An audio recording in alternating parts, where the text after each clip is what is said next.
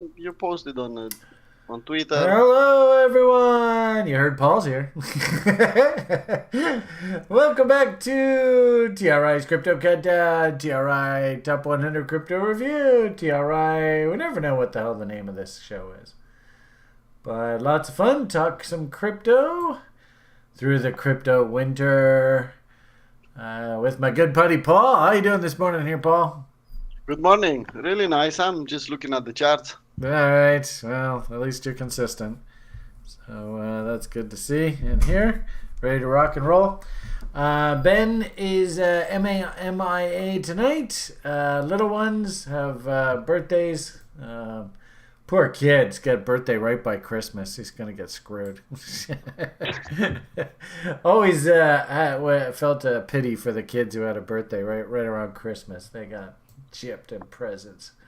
Anyway, Ben's going to be MIA this evening, but by all means, if you have any questions or anything regarding any of his work, please feel free to ask, and we will note and address those questions in the coming week when Ben is back. And of course, he's done some fantastic work with this cycle analysis and happening cycles and all those kind of fun numbers.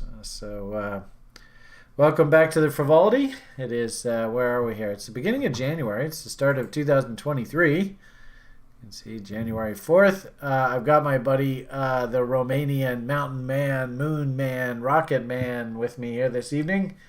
Evening North America, morning in Eastern Europe. By all means, we should have a lot of fun here looking at some charts and talking some crypto. Happy New Year's, if we haven't talked to you since.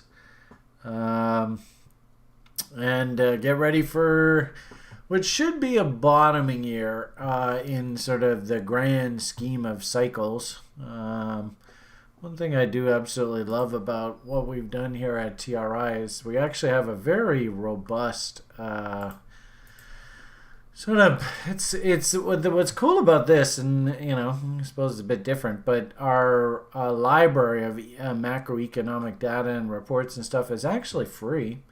So feel free to pop on the site and do some learning. You can see we have quite a few pages of information here for you. Right now, of course, we are in the midst of January barometer studies. So we're watching the first.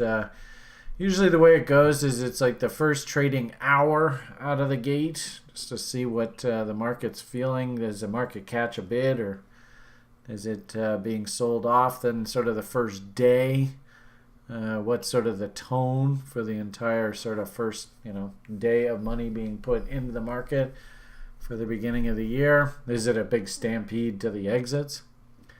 And then we'll be studying right now first week. So how today obviously Wednesday, hump day. We actually had FOMC minutes come out sort of in the latter part of today's session, and you could really see the effect of what the Fed's thinking and monetary policy and how it's playing out in the market right now.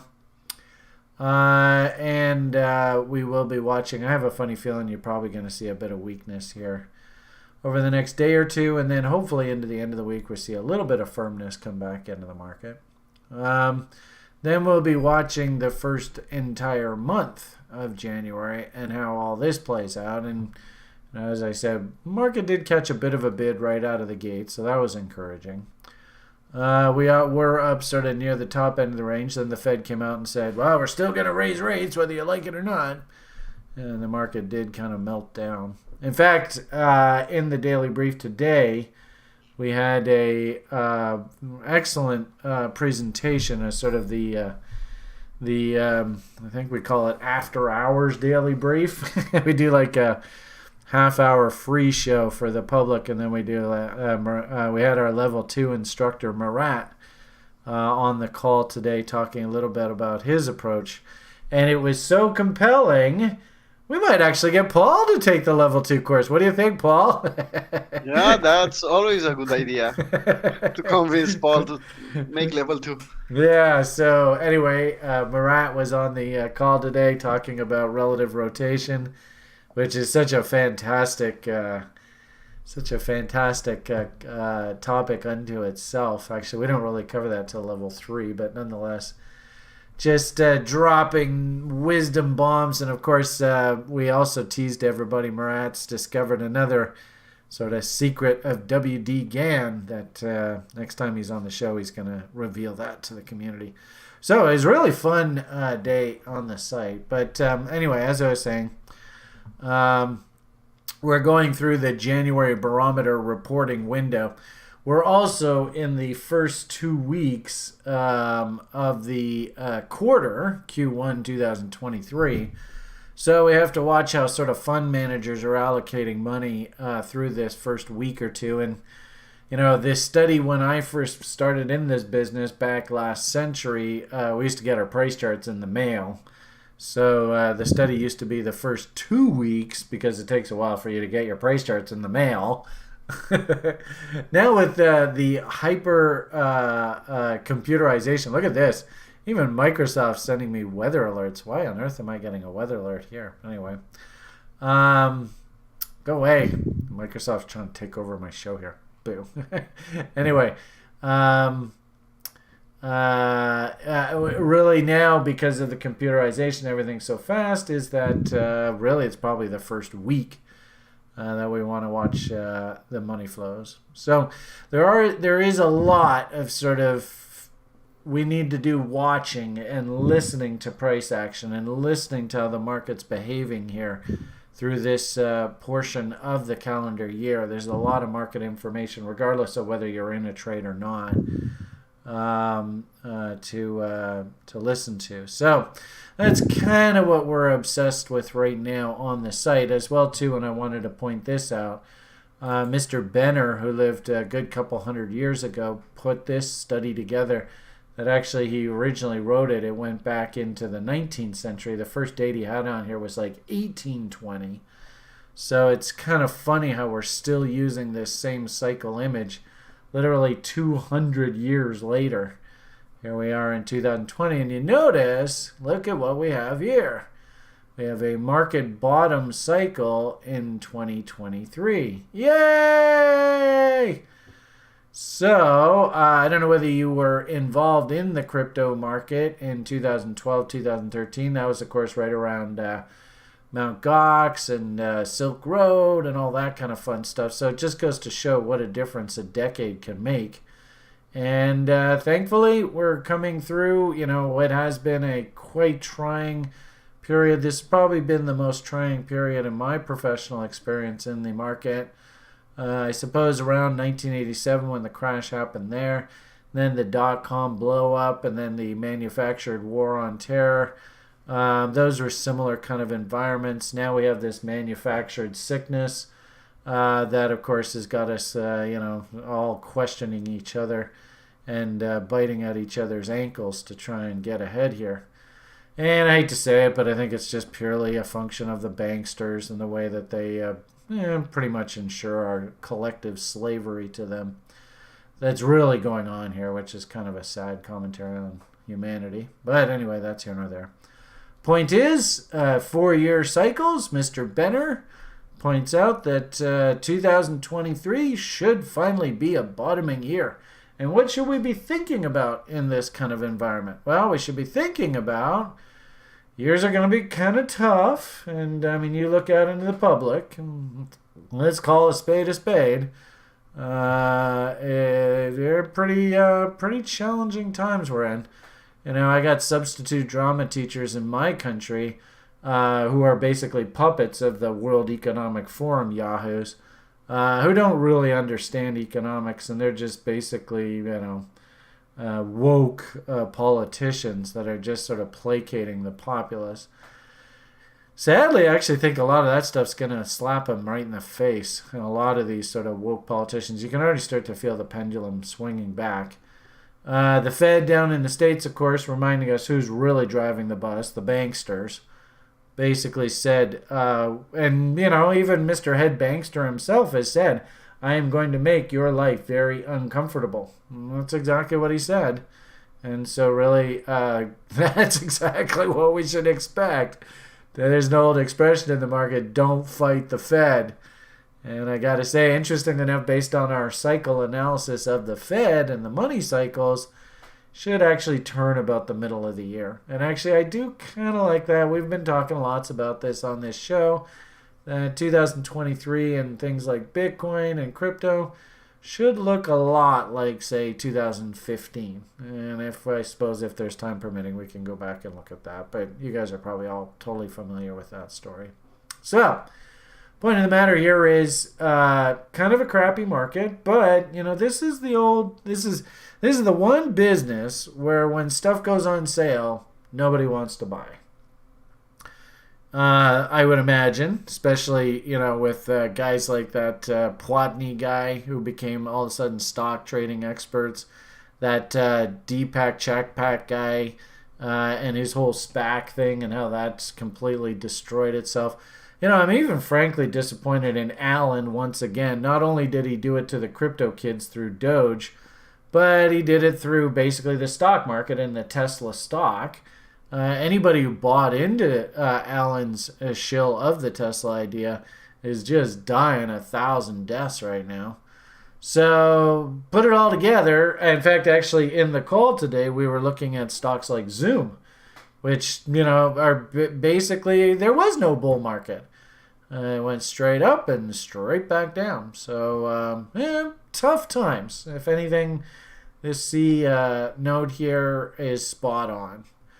And as I said, ironically enough, this is the only business where, ironically enough, you get paid to take the opposite position. So when everybody else is dying 1,000 deaths, we actually used to have an expression, good old Dennis Gartman, he used to always say this, you want to be selling when other people are yelling, especially when you hear YouTubers and stuff going on about how wonderful Dogecoin is, and the guys on Saturday Night Live tweeting about how wonderful life is and all that.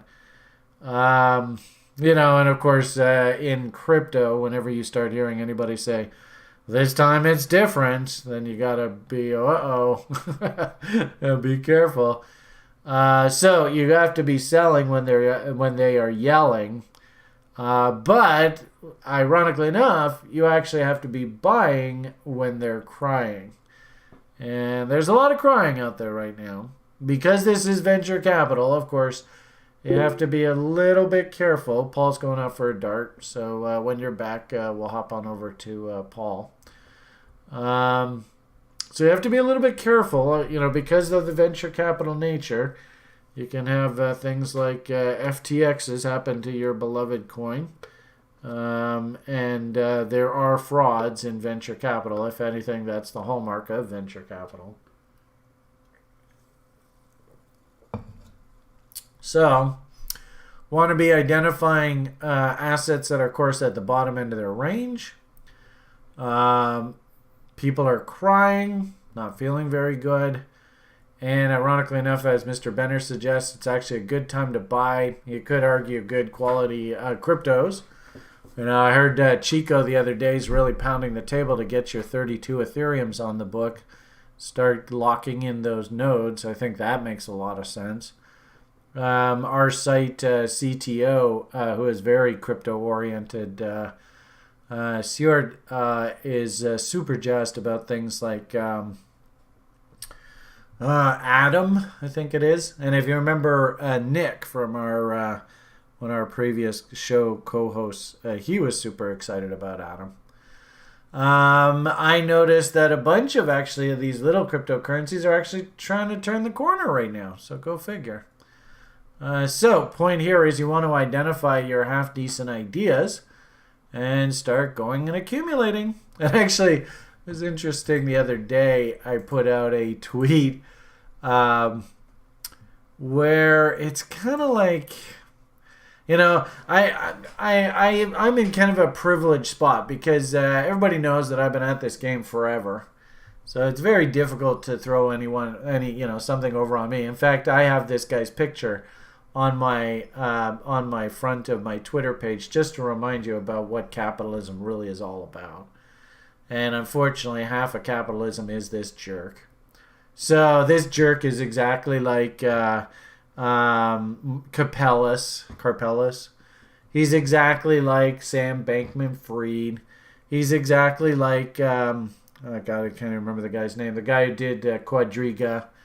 He's exactly like the BitConnect guys. Unfortunately, this is the hallmark of capitalism, and you have to build your plan to actually expect that these guys are gonna pop their heads up. They always do, every cycle.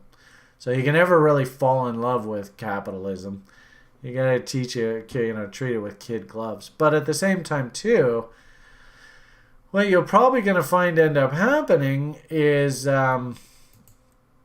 while we're going through the crappy part of the market right now, and these market cycles work very consistently, especially with the fact that Bitcoin has this halving event every 4 years, which is kind of like a built-in hit the reset button, if you will, fundamentally.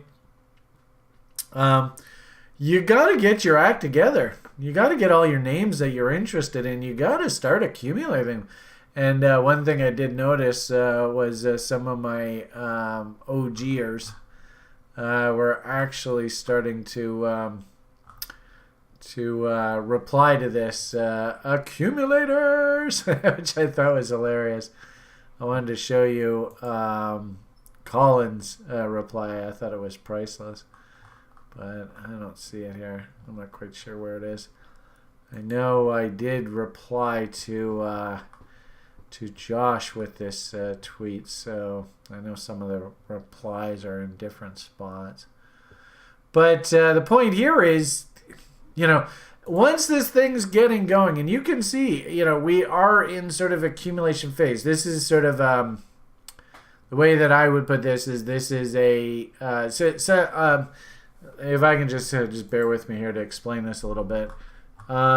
Josh is sort of our marketing Twitter sort of PMA guy. I mean, he's very good at the PMA. I'm terrible at this stuff. But he put out. Oh, geez, no one did that. He put out this forecast, and he kind of. Oh, come on. Oh, look at that. So Alan just doesn't want us to use this. It's kind of a shame. I've been noticing this a little bit. There's impersonators and stuff popping on, and you just wonder whether they're going to encourage people that are not officially, paying the monthly fee and all that kind of stuff to pay the monthly fee, so you get like a super account. And I wonder if the the free accounts are going to be a real pain in the butt to use now. It wouldn't surprise me. So I'm just going to scroll through here slowly. Let's see if it's going to load. Come on, baby. Come on. Come on. You can do it. Oh, look at that. Oh, the bastard.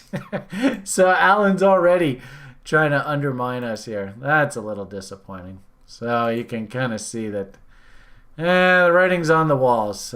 Probably the Twitter that you knew over the past few years has come and gone. Anyway, I wanted to show you this tweet that Josh put out, and then I responded to it just simply. The question really is, are we in a 2020 kind of repeat, or is this like a 2015 kind of repeat? Let's see if I can just quickly get there.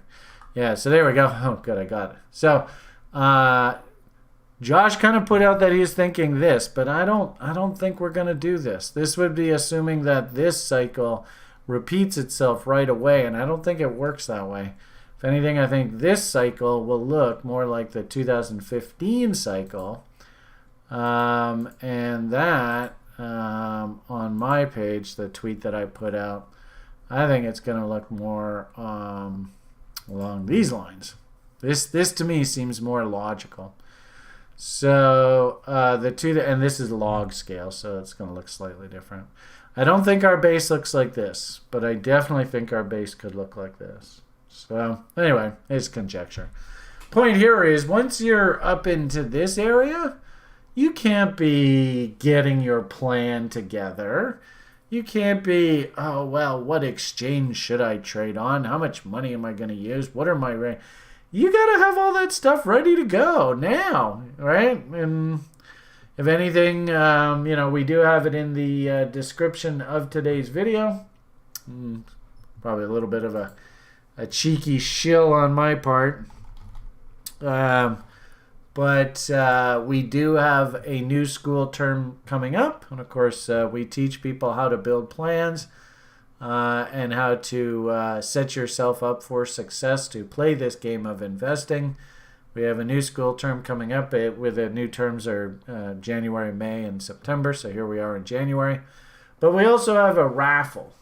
So the raffle is a way. I did see somebody over there on YouTube said, I want to join, but I'm strapped. Well, join the raffle, and you might actually get it for free. You might win the raffle. And what's so cool is in our on Tuesdays we have our Secret Options Formula Club meeting, which is kind of like our stock pickers club. And the guy who basically quarterbacks that meeting, he was the guy who won the very first raffle we ever had at TRI. So it just goes to show, once you learn this stuff, and that was 7-8 years ago. And David is a damn good trader. So maybe pop on the website. Like I said, this is in the description of the video. So pop on this, throw your name in, and if times are a bit tough, you never know. You might just win the raffle, and you can get a seat in our level 1 for free. So there you go. Merry Christmas. Happy Hanukkah. Happy New Year. All that fun stuff. All right. So, should be coming into a bottoming window. As I pointed out, I believe this bottoming window is actually going to take the better part of a year to play out. I actually wouldn't be surprised if we have a little bit of a counter-trend rally here.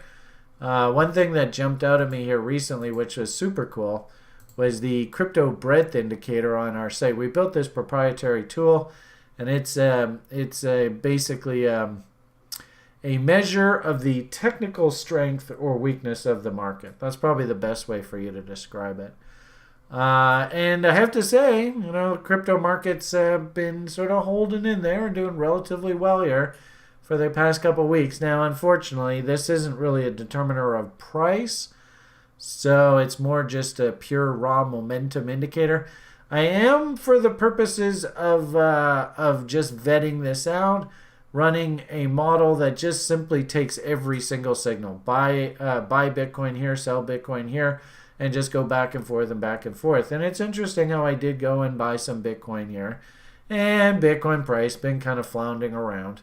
There's no reason for me to take this trade off yet. And interesting enough, you can see the S&Ps are trying to turn up. We might even find that the broader market has a little bit of a rally as we work our way through January here. And if anything, we on a weekly basis, we do our little predictions of what the heck's going to happen. And I kind of like the fact that Paul here, of course, is uber bullish. And I think he's going to win here this week, if I'm not mistaken. I know we're up a bit here. So we'll see how that goes. But the bottom line here is actually I don't mind Bitcoin right now. And I also noticed, like I said, here is the Bitcoin chart for the beginning of the year. This was the first day, and so this is the first couple days. I mean, you can see we're climbing the wall of worry here. So go figure. So, on balance, as I said, it's kind of a reporting period right now. So, I'm not really, I don't know what's the proper term. I'm not pounding the table that this should happen or that should happen. I'm more sort of curious and just watching how things are going. I do have a little shopping list of names that I have been accumulating. I mean, you just look at an asset like this. Is it worth coming in here and buying a little bit of this and seeing if you can just hold on and see if there's a double, triple, quadruple down the road? I think so. This little guy here was recommended by one of the site members. Same sort of thing, right down to the bottom end of the range. This guy here is kind of waffling a little bit of late. Probably the only one that I would be kind of worried if we started to lose these lows. That might turn into some sort of head and shoulders. This guy here, I actually hopped off just to let the dust settle, but I'm kind of wanting to pick him back up. So I am starting to build my shopping list. Here's another one that I really like heading into the next cycle. And, kind of like what we were showing you with like Benner. This, I think, is a really good example where I don't know whether this is the bottom or whether it takes another 6 months or so for this thing to turn. But, gee whiz, how many doubles are there? I mean, we won't even assume that this thing goes to new highs. I think if it is of any value, it will go to new highs.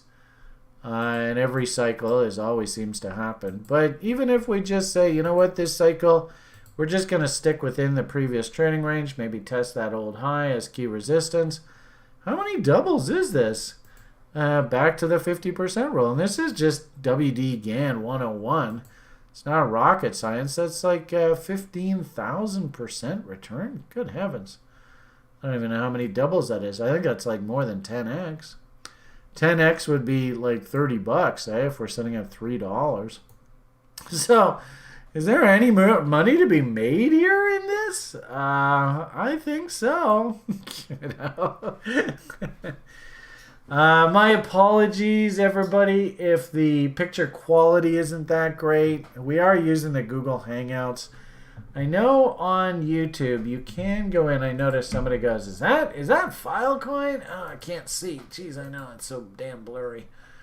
If I'm not mistaken, you can go on the actual YouTube page and change the picture quality. Let's see. Yeah, if you go, so I have it set on here. You can actually go in and change this to 1080p. I think that's the highest resolution you can do, which should make it at least readable.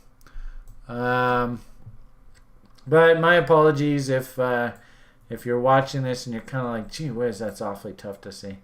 As I get better and better with these YouTube videos and stuff, I will try and migrate towards just doing it on the Zoom calls. We'll see how it goes. Just bear with me. Anyway, so the point of the matter here is, as Mr. Benner points out, 23 should be a bottoming cycle year. And I see lots of names that look like this. I don't think we're necessarily at the bottom just yet. Wouldn't you be surprised to see a little bit of back and forth, if we look at something like Bitcoin in particular. See, I got my funny little megaphone working here. I wouldn't be surprised, to be perfectly honest with you, that we're back up testing these highs. And of course, if this really plays out, you can see one low, two lows. Hell, we might put in a third low here, and that actually might set up a nice little bullish bot setup to take us up top. So, if anything, Paul, who was I think last week even saying, there's not really a hell of a lot that's changed here. And if I'm not mistaken, of course, we'll have Paul speak to this in a bit when he gets back. But you can see, there is 61.8. So basically, we're holding these levels. And there's a bit of a war going on here. Oh, there he is. He is back. So I suppose we're ready to go when he is ready to go. So we're kind of just sitting middle of the range. And, I actually like the fact that we were bumping up against the top end of the range. Still looks like we're kind of stuck here sideways. I don't know whether it's in your best interest to try and predict the future or not. All I'll simply say is as long as the breadth indicator is still pointing higher here, I don't see any major failures. I would think that the path of least resistance is up, but I do fully understand. I think it's basically at the end of January, probably middle of February. Who is getting ready for another big thing in Eastern Europe, which is kind of depressing. Which will probably put a bid back into energy prices, which is probably going to make the stock market kind of freak out again. And, of course, the Fed has, like we said today, reiterated the fact that they're going to continue raising interest rates. So put it all together, the January, February, March, April should be a bit of a challenging year in the market. So we'll see how it goes. But, for the time being, I'm actually pretty pleased to see that crypto is still holding in here pretty well. Leaders in the market, as we showed you that Matic was holding on to its strength. It is kind of slipping a bit. I noticed Cripple, of course, has got that big lawsuit. I'm not quite sure how all that panned out. And then, of course, good old Alan. I think half the reason why Litecoin looks as good as it does is it's purely a play on Doge. And, of course, Doge is kind of, in a weird way, as long as Doge validates through the Litecoin network, then Alan doesn't really have to worry about Doge price moving too dramatically. You might actually find that Doge is subject to a nice little pump here if Alan actually gets the whole Twitter story going in his favor. I suppose that that's predicated on guys like me stepping up and actually subscribing to this social media platform now. I'd be curious to see how difficult he's going to make my life using this if I just do the free stuff. Anyway, so the point here is kind of like what you saw with that Filecoin.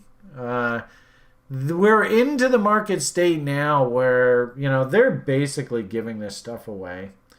You know that, SBF is going to be dragged in front of courts.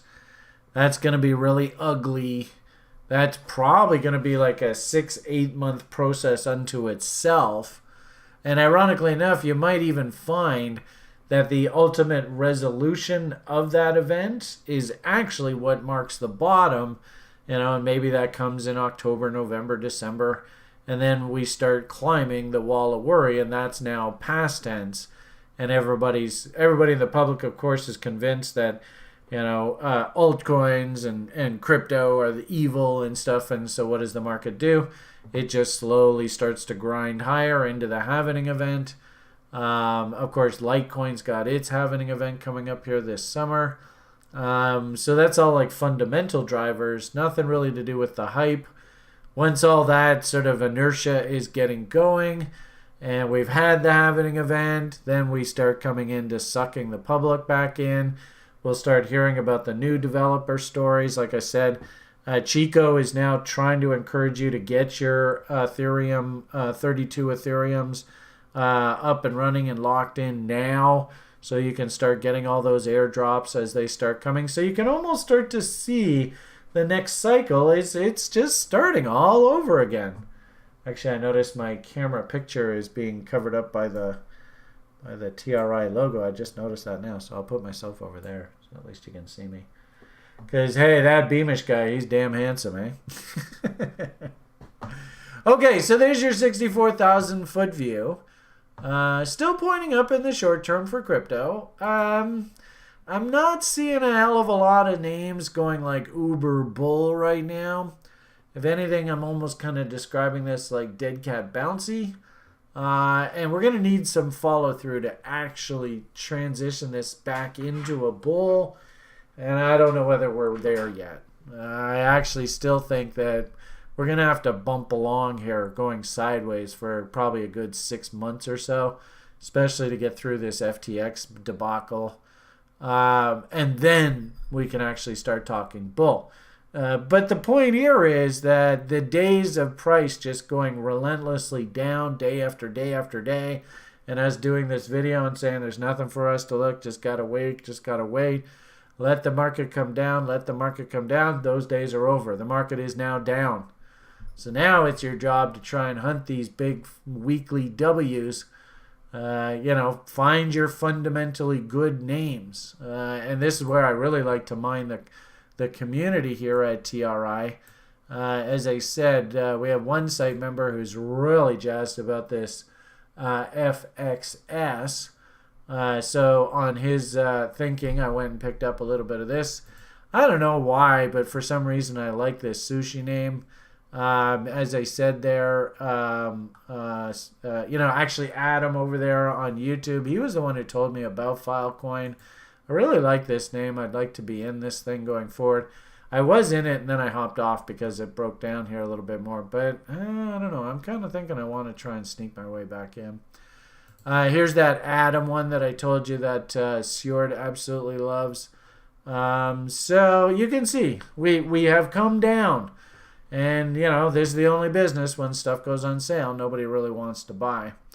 So I think we're in that kind of, we're finally taking the fluff out of this market. Phew. And, you know, like I think I showed you, actually, why don't we bring, actually, I've only been blabbing for about a half an hour. That's not so bad. You know, just to finish off my sort of rant here for you guys. I mean, you all know this, so it's just really more review. Where's crypto? There's crypto. BTC. Actually, I cleaned this up, so hopefully it looks a little bit more usable. Where are we here? I cleaned it up, but now I have no idea what I'm looking at. I know this is mostly stock stuff. I thought I had crypto in here, but I don't see it. So crypto, Bitcoin studies, here we go, 4-year cycle. A couple things I'll just review, which I think are important. So first off, cost of production. Did hear some people in the public actually posting there's even a newer equipment. We have this S19 XP, but there's actually even a newer equipment. I think it's S19 XPJ or something like that. And they reported their cost of production is about 6,000 or 7,000. Point here is, you know, here is the Bitcoin price. We are now down in this area. And actually, we did start to see people talking about 51% attack potential. And I told you specifically when we were way up top here that the number one thing that we were going to have to hear from it to actually tell us that we are pretty darn close to the bottom is we now have to start hearing people talking about 51% attack potential. So that's good. We're right on schedule. That's exactly what's supposed to happen. But just to finish off this sort of bigger picture kind of reminder, where do we want to, I guess it was this one. Let's see what we got here. Is this the one I wanted to show you? No, I don't think this is it. No. This is just a function of being disorganized. I'm always like this when I do these. Anyway, one of these days I'll get better. 4-year cycles. I swear it's this one. Hey, there we go. Yeah, and then boom. So, you know, you hate to be like one of these kind of know-it-all kind of things, but it's remarkable how cliche this is. If anything, take a screenshot of this. I don't know whether that's too blurry for you on YouTube to see. It might be, but somebody pointed out that it was like, Brian, I can barely see that on YouTube. Can't even read it. But up top here, you know, way up here, Alan and his dog money. I couldn't stop you guys from buying. Then we come down into, well, if this is still a bull, and you can see 38.2 to 50% held in here, and it went back up. If it's still a bull, then we should hold here. Remember Novogratz and him saying, well, 30, 40,000, I think this is a bottom. It's fascinating to actually get him to shut up. They actually destroyed his baby. I remember he went and got that tattoo of the dog on his arm. Oh, my goodness. I wonder if he's had that surgically removed yet, the Luna tattoo. So, unfortunately, Mike eating a big pile of humble pie. Along with a lot of crypto OGers. They really got sucked into this time. It's different stuff. I noticed one gentleman that I really like making reference to. I can't remember his name. Simon Dixon. From what I understand, he got beat up pretty badly on that Celsius. So how ironic, eh? I mean, that's venture capital. You know, on the way up, they look like geniuses. On the way then down, they get burnt like everybody else. And if anything, what a fantastic analogy. Next time you hear somebody say, this time it's different, it's always the same stuff. And when we're into, like, you know, here is having an event. So if anything, just write it down somewhere, right? Maybe just put it on the wall. If we are, you know, this is a weekly price chart. So if we are approaching 80 weeks following the halving event, best to maybe just say, you know what, I'm not going to buy anything for a while. Just turn this crypto sort of fun machine nonsense off for a year or two. It's not a bad idea. I mean, it could be something as simple as that. Point here is markets worked its way down. We're into now what I would consider, and it's interesting, the people that did believe that this was a bull, in this event, they all got punished. And sadly, of course, the scandals, and I've told you guys this as well. Try and write this down. Remember this. When we are up top here, the scandals that will ultimately come to light when we come down here, and the public, of course, is, oh, crypto's all a scam. It's all a fraud and all that. They were actually being developed, and they were being the seeds of that scandal were being planted through this. So remember this the next time. I swear this is a beautiful lecture on this because it's just so true. Now we can see this after the fact. And what I gotta say, to my own horn, I don't know, I'm not sure why I don't make more money at doing this. But, even Josh pointed out recently that we basically had this thing tapped.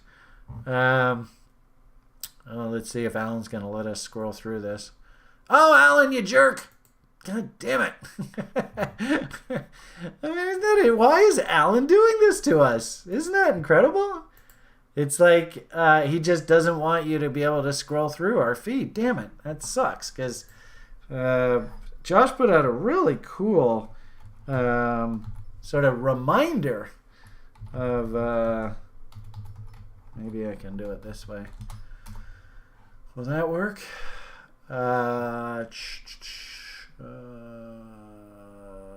It was, I always like images like that, of course. Oh, darn. Anyway, Josh put out a reminder. We actually put out a really cool tweet, and I even said, nice, very nice.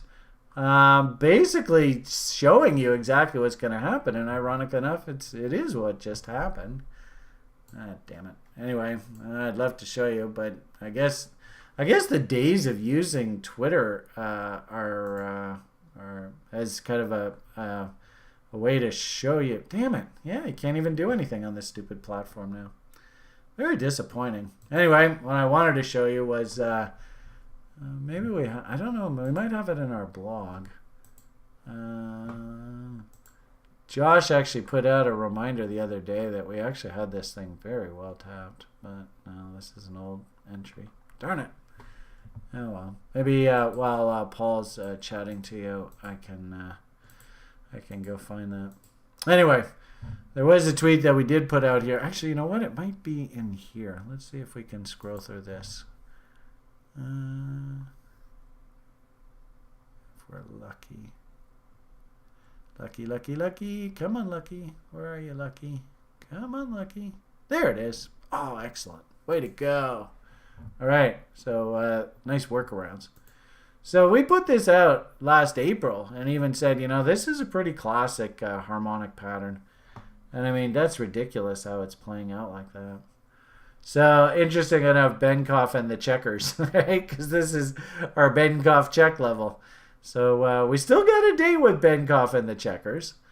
So it'll be interesting to see whether he actually gets tagged here. But point of the matter here is, when we get about 70 to 80 weeks following that halving event, everybody should be like, whoa, you know what? This has got trap written all over it. And when you start hearing people say, this time it's different, be damn careful. That's usually a bad sign.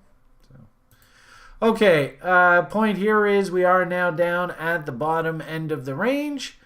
And as we've kind of pointed out, and if you think about things like professional football players, the public, you could substitute the professional football players have been destroyed.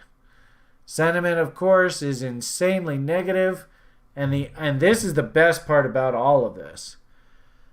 Does any of this sentiment have anything to do with Bitcoin itself whatsoever? And I would just say an unequivocal no. It has nothing to do with Bitcoin at all. Does it have anything to do with Ethereum? No, not one bit. It has everything to do with this little SBF guy, which, ironically enough, was just nothing more than just classic crookery. The guy's a criminal. It's just pure, simple criminal behavior. And if anything, it's a perfect reiteration of why we want to go decentralized. Not your keys, not your coin, right? Isn't today Bitcoin's birthday? Happy birthday, Bitcoin. And it's supposed to be like prove your keys day or something like that. I don't know. I haven't really been on social media today, so I haven't really seen what the scuttlebutt about that is. But if anything, this makes perfect sense. And the saddest part about this is, who do you think is buying? Think 78.6, Brian's favorite fib. Who is buying now Bitcoin? And who's buying all these cryptocurrencies now? It's not the public. And we know the public buys up markets, they lose money. These institutional guys, they buy down markets and they make money. So I think that's an excellent lesson for you as well. So there we are. We are now, you can see, we are in the bottom quartile of this chart. And of course, Ben's study off of the app that all of you guys should have bookmarked and use on a regular basis. Although I don't know, I thought I had it on here. It's a different spreadsheet. His cool image right here, which I think is just absolutely perfect. Where are we here? We'll go over here. Boom. And then, nope, here. And we go down to BTC Fib time study. We are in the accumulation window. So, anyway, there's my spiel. I think I basically say the same thing to you guys every week. That's a good half hour, 45 minutes. So, hopefully you get a pretty good idea where we are in the bigger picture. And if anything, Brian's trying to tell you people, if you are here to make money from trading, if you are here to play this cryptocurrency story, if you are here to, be a speculator, participate in the market correctly, well, now is the time when you got to step up. And I hate to say it, because, you don't want to come across profane, but really the best way to describe this is, people, if you want to play this game, do you have your together? Because you got to have it together. Get it all together. Get the work out of the way. So that when this thing starts to take off here, you are in, strapped in, ready to go. Let's all go buy Lambos at the end of this. So there you go. Rah, rah, rah. All right, Paul, what do you think? Is that a good lead-in for you to talk a little crypto in the short term with these people? Yeah, why not? All right. One good part about Paul is he's damn consistent, right? Yeah. All right. So I think that was an optimistic refrain from him, but what the hell? How do we want to do this? You said that because it was the holiday, you didn't produce. I'll share my screen. All right. So we'll do a screen share with Paul. I'll minimize my camera image. I will stop screen sharing. I'll try and maximize this as big as possible. And by all means, of course, if you have any questions, you can do some follow-up. Isn't that interesting? Even Paul's charts look a hell of a lot more crisper than my charts, eh? All right, sir, you've got the floor. I'll see whether maybe I can focus this OBS a little bit more in on you, but I'm going to put the mute on. So tell us what's on your mind, sir. I don't have a weekly newsletter because we had the holidays and I don't have anything new. But I'll take a look at the same charts on weekly basis, daily basis, and just tell you my level 1 opinion. Oh, let's start with Bitcoin on weekly chart. We have same ugly range now. It's a bit annoying in this moment. Not too much happening. We have this trend line. I like that. I like the tag, the other side of the trend line. Maybe we can put a nice W. Maybe if we're lucky, we'll put a nice W. We have some resistance above. I don't like that, but maybe if we're lucky, we'll get a nice bounce in next month or maybe next 2 months. On bigger idea, the big support is in this area, at least in my view. 12K to 9K. and we have something at 14K. If we'll put bigger time frames candle, you can see the closing on let's say, I don't know, let's put 12 months. You can see where the candle they are closing 2 years. I like this level first to be touched. Maybe this time we'll get a nice a nice level. Just a second, please. Maybe at 14K we'll go touch this level, bounce, and after that we'll go lower. Maybe in the spring. At this point, I'm waiting to see what will happen. I'm hoping for a W, but at the same time, I'm a day trader, so I have to play level by level. I'm looking at the weekly chart to get a bias, to get an idea, but I have to go lower than that to get a clear picture for a day trader. Idea is we are between 2017 all-time highs, 2019 highs, and above this support. We don't know exactly where the bottom will be. We don't anticipate that. We'll play level by level. If I'll go on daily chart, in my view, I have this range almost 2 months now. It's a bit annoying. The volatility goes out from this market. I don't like it. We need something to move this market up or down to get some volatility. Yeah, we did a Wyckoff check in December. Really nice. Everyone was bullish. Yeah, Bitcoin is back. Actually, it's not. Was just a Wyckoff check of this level and then back down. I had a short on this one. Now I'm long. I'm long from Mountain Man on a 4-hour chart. But seems like that 4-hour chart, that swing trade will take a long time to play out. I'm close to my entry, nothing to do at this point on lower time frame. I'm hoping for a bounce. Maybe we can put a W at this level and hoping for a bounce on the short reload zone. You can see now the 2017 all-time highs should behave like a resistance level. So if we're lucky, we'll get a tag in the short reload zone, and we'll see after that where the market wants to go. If you look at the indicators, I don't see anything special on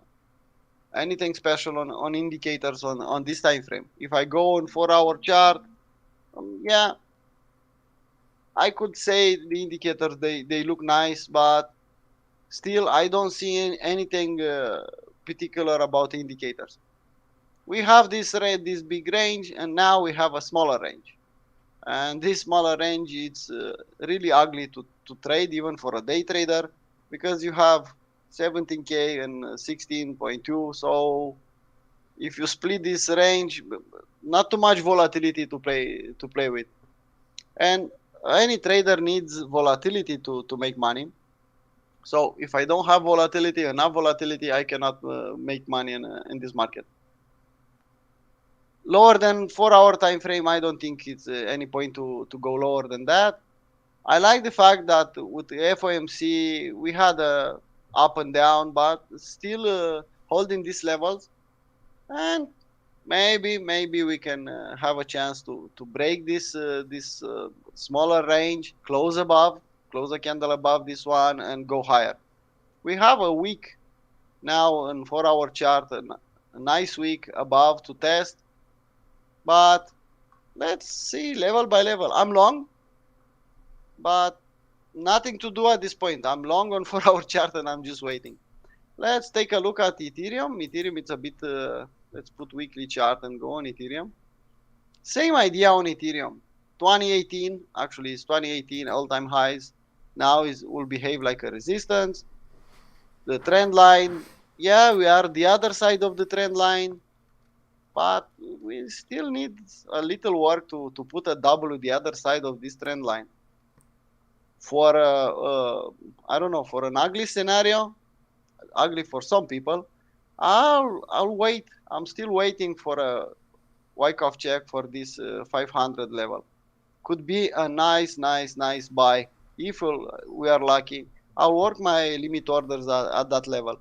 But we are a bit far away from that level, so we need some bad news to go to $500 Ethereum. On the bigger picture, same idea like on Bitcoin, a bit stronger, but I don't have a clear W. Until I'll have a clear W on weekly chart, nothing to do. So let's go on daily chart and see what we can see in this one. Same idea, nice range, a bit stronger than Bitcoin. We have a confirmed W now. Maybe we'll do a Wyckoff check. Usually, from my experience, Ethereum doesn't do too much Wyckoff check. It'll go straight up, and then after some time, we'll go and check that level. But you'll miss the trade if you are waiting for the price to come back and retest the W. Not always, but most of the time, Ethereum just goes straight up, and then you'll get a retest of that level. Nice range, a bit stronger than Bitcoin. On indicators, yeah, we have some bullish divergence. Same like on Bitcoin on lower time frames. But I like the fact that the RSI is above 50 line and a nice W, and now it's above 50 line. I like that. I like this bullish divergence, this small one. But nothing more than that. Let's go on 4-hour chart and take a look, just for fun, and see what we have. On 4-hour chart, you can see I have the same smaller range, but on Ethereum, let's close the indicators. On Ethereum, we closed above this range, a bit stronger than Bitcoin. Let's see if it plays out. Now to buy Ethereum at this level, even on 4-hour chart, it's a bit too high for my taste. Wait for a retracement, wait for a retest of this level. If we'll go straight up, we'll go without me next boss, no problem. But if we'll go back and do a nice retest, yeah, I could hunt along on Ethereum on this time frame. But on if we zoom out a little bit, we are in the same range. It's a bit old, 2 months old. It's a bit annoying, but I love to play in a range. I love the range game when I have volatility in this kind of movement. Yeah, but now the volatility maybe will come back. But in this movement, honestly, I didn't have too many trades. Maybe we'll get some. Let's take a look at Bitcoin dominance on a bigger time frame first, and then we'll go on lower time frames. As you can see, Bitcoin dominance is at the bottom. We have a big range. This is a nice range, but keep in mind this 38 to 48, 10 points, so a big range. What I see in Bitcoin dominance, I see a nice W already confirmed on weekly chart. That's not a good sign for altcoins on bigger time frame. If this one will confirm and go higher, altcoin, they could be destroyed in this process, especially if Bitcoin will go down. Altcoin will go even more. But at this point, it's a big W on weekly chart. But if we zoom in a little bit, we see some sign of weakness. Let's put the daily chart and let's put this one. You can see on daily chart we have an M.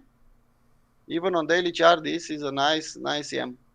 And if we put the house level, you can see this one could go. The first level of house is back at the 40 level, and the second one is all the way down at this level to retest this week's.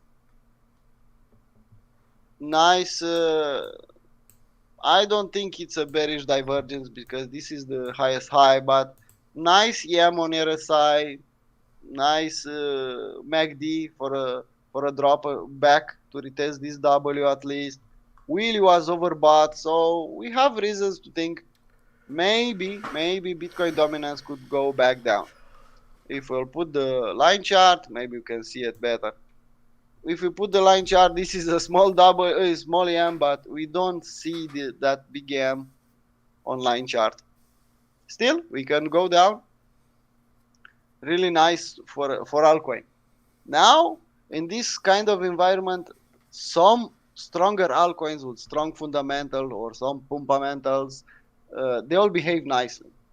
I have people on the group making a lot of money day trading altcoins. They select the best one where they see the volatility when they see news, and they're just focusing on that because they don't have enough volatility on Bitcoin to make money.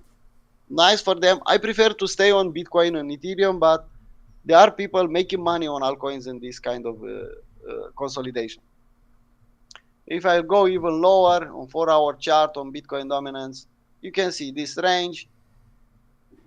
Same idea. You can see this is the M on this one. Look at this is the nicest M I could find, and you can see now we are just testing the first level of house, and the second one is in confluence with the bigger level, and you can see the support from this area. Maybe if we're lucky, we'll bounce around a little bit in this area and go down to next level. Level by level, we have to play this market. Is at least for me is most profitable. I'm here to make money, not to be right. Doesn't matter if I'm wrong. I'll change my strategy. I'll take my loss and move on and take the next trade. So let's go back on higher time frame and see what we have on this one. Ethereum versus Bitcoin. I'm surprised, but Ethereum holds the levels with against Bitcoin. We are in this range low from a long time. I was hoping for a retest of this W. If you zoom in a little bit, you can see I was hoping for a retest in the long reload zone, but seems like Ethereum doesn't want to go down against Bitcoin at least. So it's a W, it's an M. No, it's just a range and a symmetrical triangle. Nothing special about this one.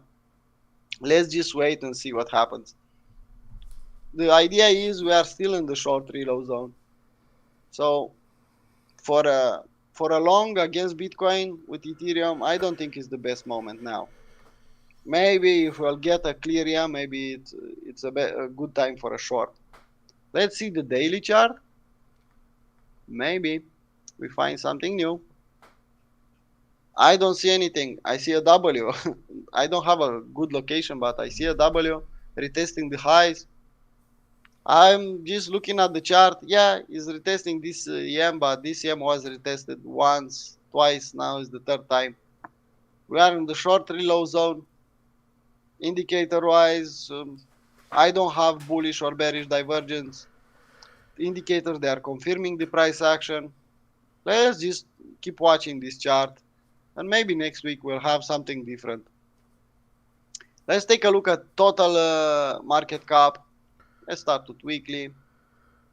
This one I like because you can see on overall we didn't lose the 2017 all-time highs.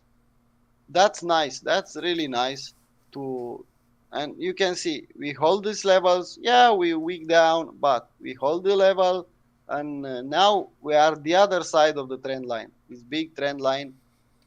Maybe we can put a nice W in from now on. Let's just wait and see. We have some bullish divergence in this move down. We have on MACD something. We have on RSI something. I don't know OBV. If we have OBV, I don't think. Let me reset this one. Reset the chart maybe. Yeah. As you can see, I marked that we have some bullish divergence. This is a lower low and this is a higher low on OBV. So even on OBV we have some strength. I like when I see a nice bullish divergence on OBV. Really oversold was a bit. You see the period, a long period was oversold. Now it's again oversold. Usually this one will be shorter.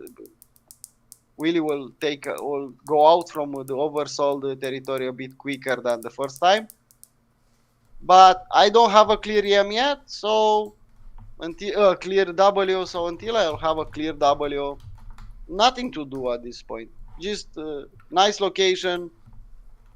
I'm happy that is the other side of the trend line. I see some indicator confirmation. I see some bullish divergence for what I want, but I don't have a clear W yet, so I have to sit out and wait. If I take a look at total two, same idea. On this one, on altcoins a bit weaker, below 2017 all-time highs, but relatively okay.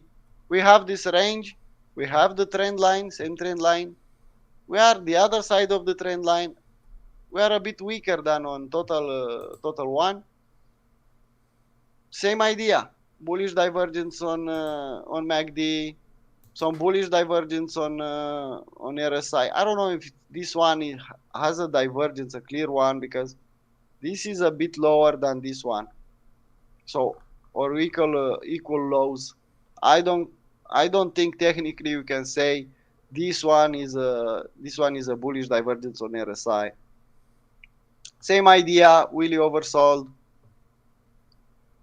Now the volatility is out from the market. Usually when the volatility is out from the market, it's a nice time to look at the charts on the long run, look at the charts on the weekly time frame, wait for a weekly W for an investor standpoint.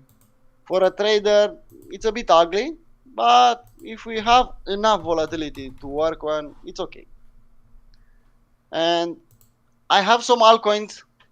Someone from the site put together, selected for me. I didn't have time to take a deeper look, but I'll do it now with you. So first of one was audio. I don't think we can see yet something really clear on altcoins on weekly chart. Yeah, we see bullish divergence in MACD. We see maybe some W's in OBV. Wheel is definitely stupid and oversold.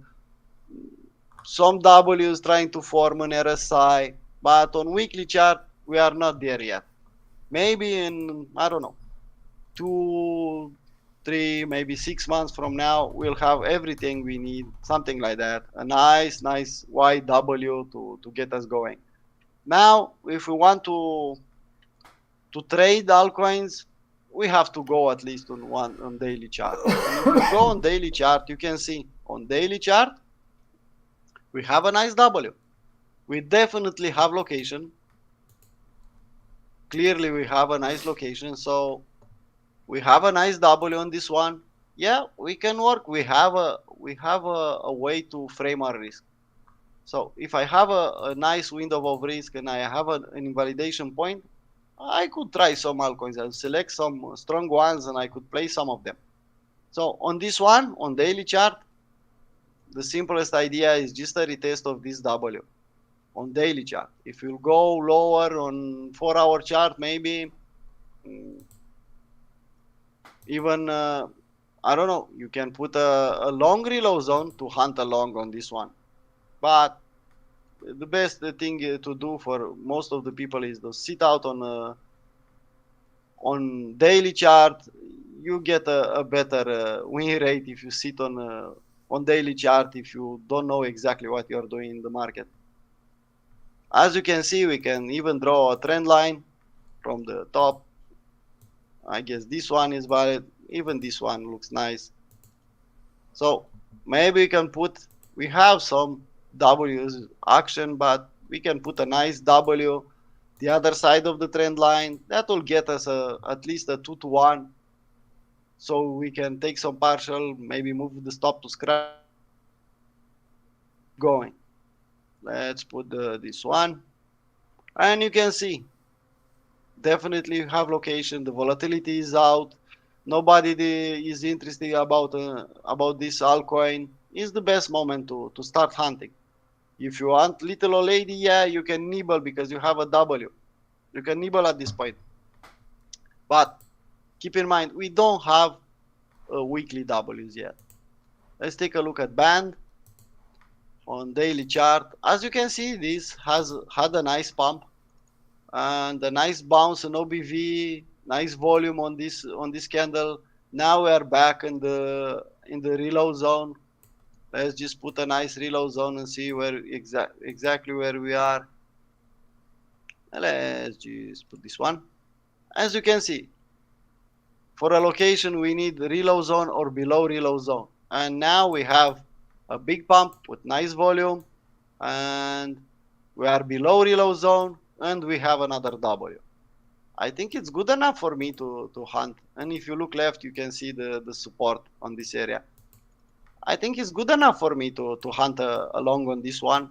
As you can see, we have a bullish divergence. It's not confirmed yet, not 100%. We need classic. We need a close above this level for a confirming W. We have a W in RSI. Willy is oversold. OBV looks nice. So it's good enough to try to risk some money. Not too much, maybe 1%, maybe 0.5%, maybe 2%, depending on your plan. But I could hunt an entry on this W. Why not? I have everything I need for a trade, at least for a swing trade. Let's take the next one, comp. This one, hold the lows. I like that. Hold the lows from the summer. And now is putting a nice W. A small one, you can see in this area. We have a trend line. So for me, this is a valid trend line because we broke these lows. So we have a trend. So if we have a trend, we have a trend line. One touch, second one, third one, fourth one, 5. Now we're the other side. On this one, I'll prefer a W the other side of the trend line. Yeah, we have a W, but let's get a nice W the other side of the trend line. Let's see, indicators, same idea. Bullish divergence, potential one. We don't have a confirmation yet. Bullish divergence on RSI. Bullish divergence on OBV. I really like that. Look at the OBV, looks really nice. Willy is oversold. Was oversold, now is getting out from oversold zone. So I like this one.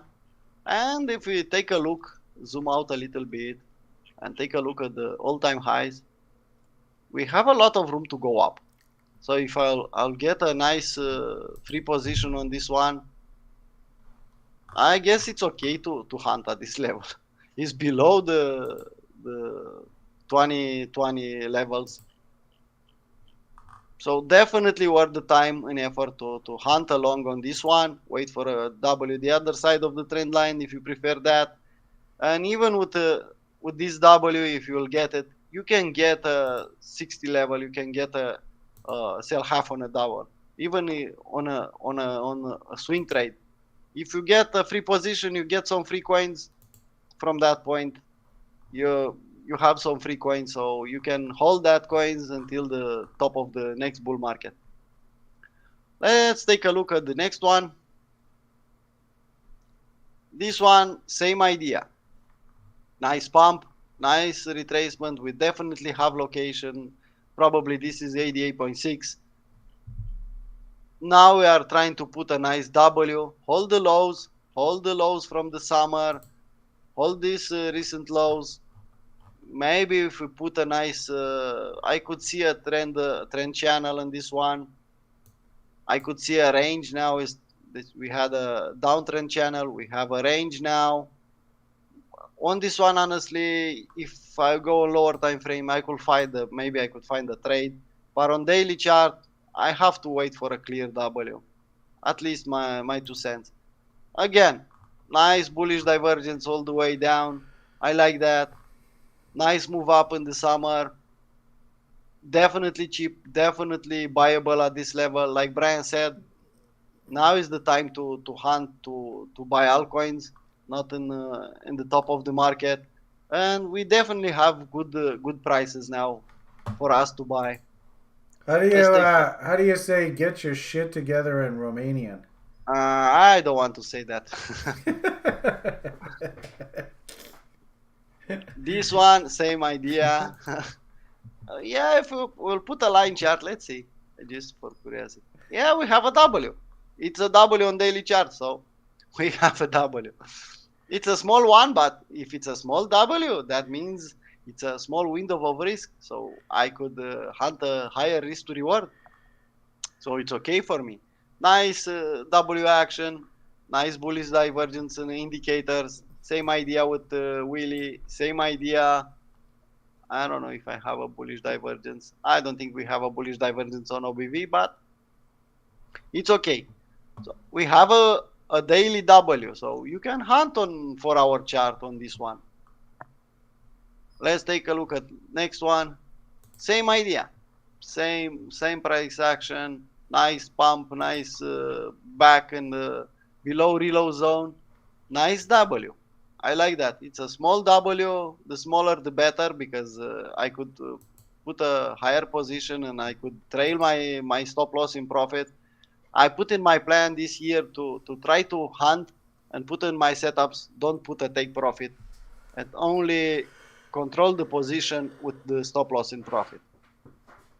And I'll try to do that for this year. I want to see if it's a big or a small improvement in my trading. I don't want, honestly, in this. I know these couple of months maybe I'll not get a bigger improvement, but maybe in the last part of the year I'll get some. I don't want to put my limit order, to put my take profit in front of the profit. If the market wants to give me more, why not? I know how to trail. I have a 2 or 3 methods to trail my stop loss and profit. So why I'll put a limit to my profit? Let the market tell me how much money I should get from it. So nice W. We definitely have location on this one. Definitely, you can see someone said no, this is the low. Go back up, and it's enough to do a short reload zone on this move up. Just put the short reload zone, and you have a really nice risk to reward. Even to this level, you have more than 2 to 1. This will be my idea. This will be my entry. This retest of the W. And if I'll put something like that, I have 3 to 1. If I'll go low, higher, 50% will be in this area, and a short reload zone will be all the way up, and this one. And they are recent highs. They are not all-time highs. So it's definitely possible for an altcoin to go to this level. 14 to 1. I'll take this trade every time of the day, because I have a damn big risk to reward. Look at the overall picture. I guess it's okay to hunt a 14 to 1 if your chart looks like that. Just my opinion. Not I don't give financial advices, but I'll hunt a retest on this one. Let's take a look at next one, but same idea. This one has a nice range, nice accumulation range. Yeah, if you think this one will break the range to the upside, now is the time to hunt on look at this nice W. A W in a W and a great location. Let's see indicators. Yeah, ranging in this range, the indicators, they cool off a little bit, but still looks okay. I have to zoom out maybe to see the bigger picture, but definitely nice move up. Rejection, yeah, okay. Who want to sell and this pump sold already? Now we are back at the original place. I'll definitely want to hunt something on this one. And we have a Bitrex one. Seems like UBT. Look at this one. Some people will say, I will not touch this one. He's destroyed. He's going to zero. He's dead. I don't think he's dead. At least in my opinion, I don't think he's dead. Just look at this accumulation from 2018 until 2020. 2 years of ranging and low volatility, a nice way. If you'll zoom out in this area, I'll definitely think we can find some levels to buy and to sell half on the doubles. So 1-1, look at this one. So you have one here, you have one here. You even have a sell half on a double if you buy the low on this move. So this is the perfect moment for little old lady if you want to play with the little old lady risk management strategy. That's the Everyone, weirdest thing what Trex has done. So bizarre. There's probably money to be made. I'm actually surprised this place has stuck around and survived. yeah, But but look at they this pretty action. much told Canadians just to go to hell. Yeah, So it's really bizarre because there was actually this one Canadian guy who was a real big promoter of Bitterx Bill. I don't know whether they've worked their way around it, but I did notice that our screening system likes Ubik and Alex Sturck. I don't know whether you remember him or not. yeah, I know. But I still have some Ubic on on Bittrex. yeah. Oh, so actually your Bitterx account still works? Yeah, I'm Uh, in Romania, so uh, I don't think I have any problem with Bittrex. uh, so bizarre. Yeah, Somebody says Bitterx kissed the ring. I wouldn't be surprised. I bet you somebody went to those guys and said, "You either play ball or you're going to jail." And everyone will play the ball. yeah, In a centralized exchange, will play the ball. At least Binance says opened really clear. Yeah, we are doing everything authorities ask us if we it's something. At least you know what to expect. yeah. Anyway, all right. Well, there you go. Well, that's a crypto show. We're touting Bitterx names. Man, goodness. Has it Yeah, gotten it's to bear that? market, so it's the time to do that. Yeah. I mean, that's the irony of it all. And I'm not even quite sure why this story went this way. But had I been able to accumulate this kind of stuff, I would be in there buying, just slowly buying up that stuff. Yeah, looks similar Just, with the last accumulation. Look at this one; it's yeah. really nice. So Well, you there have was the location. You one have. that I did exactly like that. It was called Verge XVG, identical to that. I am Absolutely in the identical. crypto space from 2018, so I missed the Verge pump. Was Yeah. before my time in crypto. So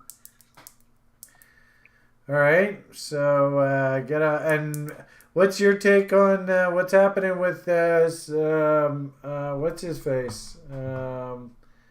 What's his name? CZ? Is that what they call him? I never yeah, remember with his name. Binance. Yeah. What's the scuttlebutt du jour now on him? They try to redirect the attention from the Sam and all the money he give to. He did a lot of money. He donated a lot of money in both parties, and they don't want too much attention on them. They just want to redirect some of the attention to the Binance and to say the Binance is the guilty one. I don't think Binance has anything to do with the Sam stealing money. If Yeah. you are stealing money, you are stealing money, Yeah. and you let all the things go to that direction from the start. So you are just a thief and nothing more. I noticed You that know? as soon as his partners sort of threw him under the bus, all the pressure on Binance sort of disappeared. So, anyway. Yeah, I don't hear FUD anymore about Binance. At least I don't saw anything on I don't saw anything on Twitter. But they could do it again. Why not? That'll bring the prices a bit lower, but in the long run, doesn't matter if You're Binance listening has the to money. Anton Kroll? Is that who you have on your Twitter page? Yeah, but God, he that guy's has. a character. I didn't know you were hooked up with him. Yeah, I'm a subscriber, but he has a closed account, so you cannot subscribe anymore on his account. And That block. guy's a character. Oh my Yeah, it goodness. is, but was a good. He's a good trader, and I like his style. I know it's like a person is not the best the best man, but he's a good trader, and at least he's honest about retail trading. If you think of my cat, what do you think? Psycho. I don't know if that's him or not. Maybe No, that's no, this somebody one. else. This another one. Yeah. Anyway, I just saw that Anton Kroll Yeah, tweet there. I like him. It's a bit different. You know, he has, I don't know how to say it in English. He's a bit full of himself, but I'm not interesting to know him personally. I'm interested to get some advices, maybe some, Yeah. and it's good enough if I get a good advice or a, Yeah. Yeah. Yeah. yeah. That's it from my part. Well, I thought that I was a didn't damn good presentation. I didn't do a weekly newsletter. We had the holidays, not too much many people interested, and we didn't have the market open, so nothing to do. All On right. lower time So, frames, I don't think is the case in this show to go on 5 minute chart and show you what I'm trading. Uh, no. uh, it's Well, we can something always different. take some questions from the audience. Somebody had asked, "Do you use cumulative volume delta?" Does that ring a No, bell to you at all? no, I know, but I don't use it. All right, there you go, Millennial Insight. There's a nice direct answer for you. I use simple things. I have my tools. I don't need more tools. I need more patience and more discipline. I don't lack tools. Brian give me all the tools I need. Maybe he give me too much, so I now I don't want to do level 2 or level 3. Hey, But if it I ain't learned broke, don't fix it, right? exactly. I don't lack tools. I have enough tools. What I lack sometimes is a really good plan and really good discipline for respecting my plan.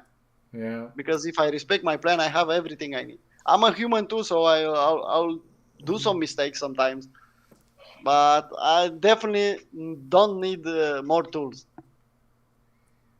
Because let me explain you something. If I have a new tool, I have to put a lot of work to implement that tool, to put a new setup or a new indicator. I have to do a lot of back testing, a lot of work to do journaling, put it all together to put it in my plan. And I did that the last couple of years, so I'm full of the back testing and doing that. Now it's time to implement, to respect my plan and make money. And when I'll find something really interesting, I'll do it again and I'll put it in my plan. sure. So But anything like, if I'm not mistaken, you kind of sat on the site for a year or two and just worked away on the basic concepts, right? yeah, I Um, did level 1 in 2019 in the fall. And after that, I slowly starting to. I did paper trading. I did my plan.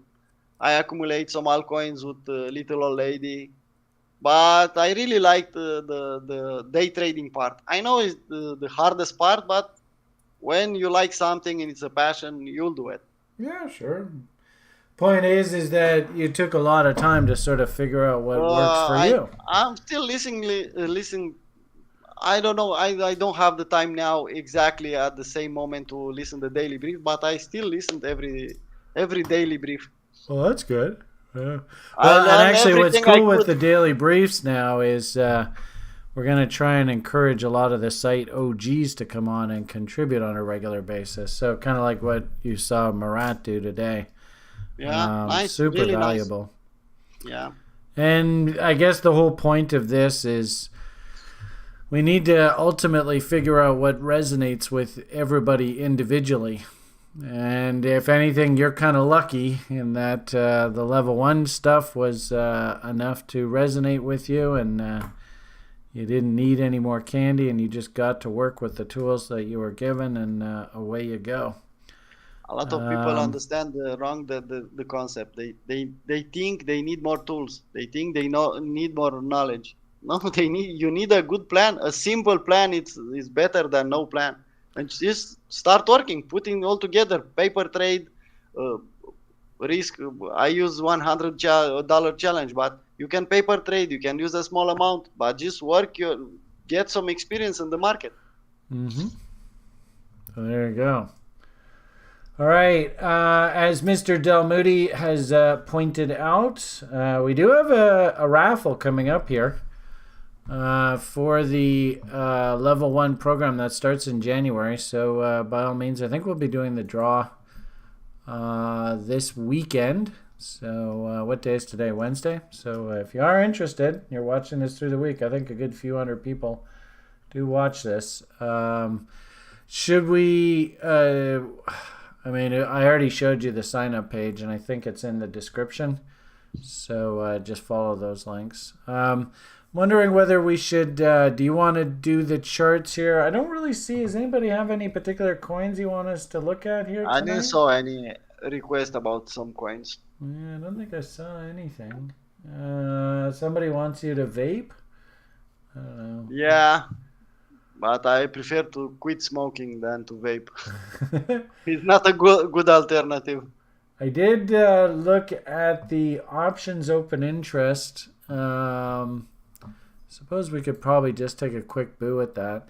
Tell you what, why I'll don't close I... my presentation. And You're done what you wanted to present, correct? yeah, Yeah.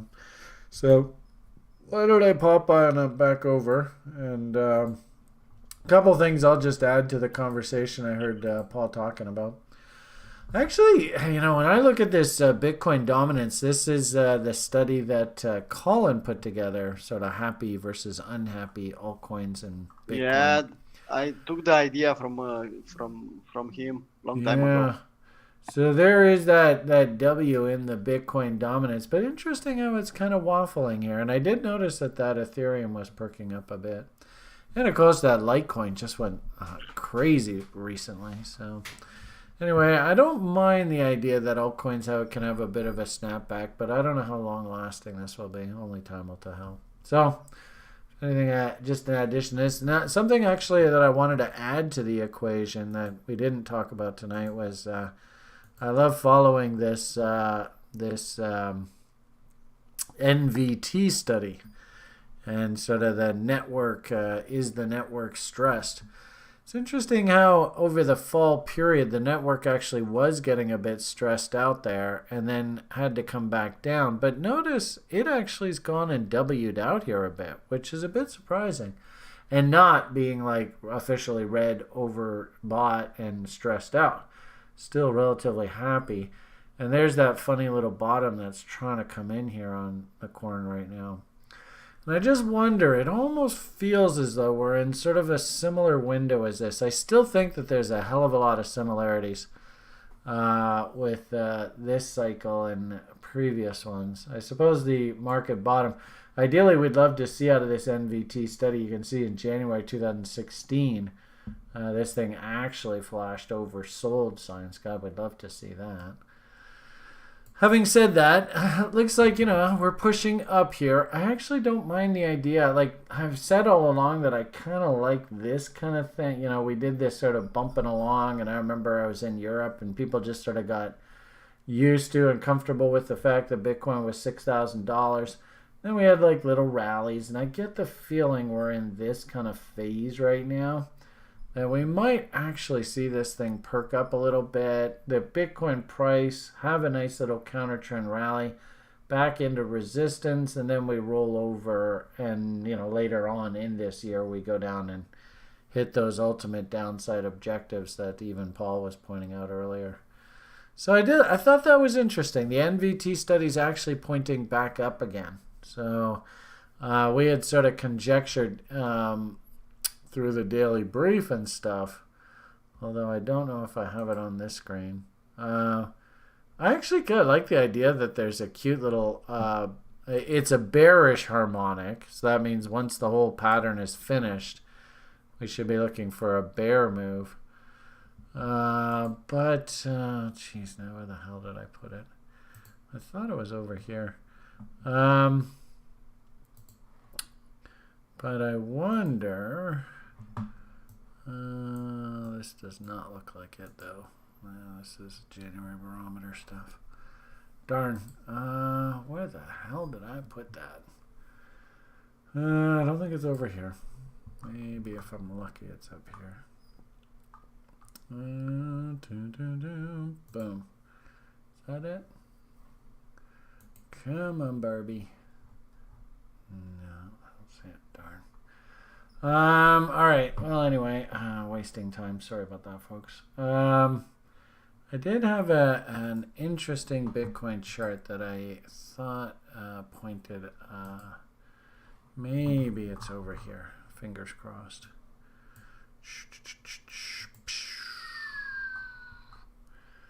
Yeah, that's that. Maybe I have it. 4-hour BTC. This might be it here. Too many charts. Hey, there we go. Wow, look at all that mess. Oh, my goodness. I'd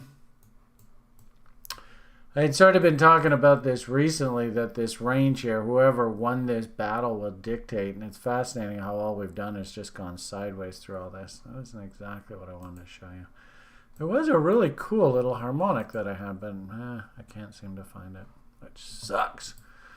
Anyway, here's a really interesting Marat, our level 2 instructor. He's really big on these relative rotation charts, and this is a chart that he was showing us that looks very bullish. I mean, what a beautiful chart. Oh my goodness. Marat, you are a rock star. Anyway, darn, I can't find it. Anyway, there was a really cool harmonic pattern that I had mapped out, and it was an interesting one because it kind of went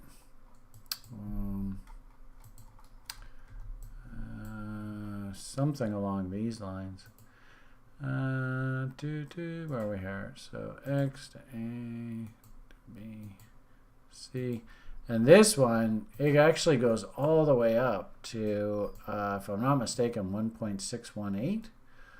All the way up into that area there. So that's the harmonic pattern. I think it's called like a deep crab, if I'm not mistaken. I even showed it on the website today, which is kind of odd. I don't know why I don't have this on here. Too many tabs. Computer's going to blow up here. No, it's not there. Nope, that's not it. Nope. Ah, darn, it's gone. Oh well. Anyway, had to really, if we go on the website, we have a cool little, in our library, we have cheat sheets, and we have all our harmonic patterns.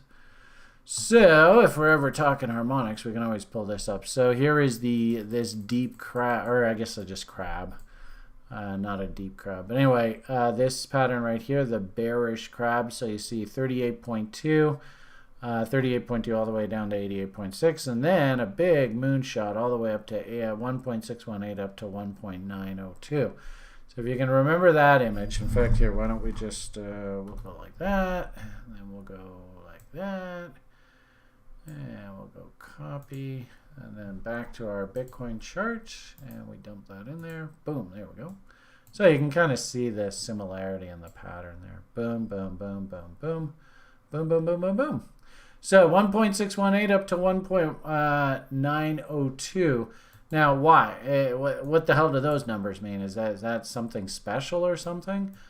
And it's kind of interesting if you just draw a simple downtrend line off of these highs. Boobity-boo. Oh, look at that. What a coincidence. Right in there. Then if we do things like reload zones, going from, say, this range to this range, notice that that's right into Brian's magic window that he loves so much.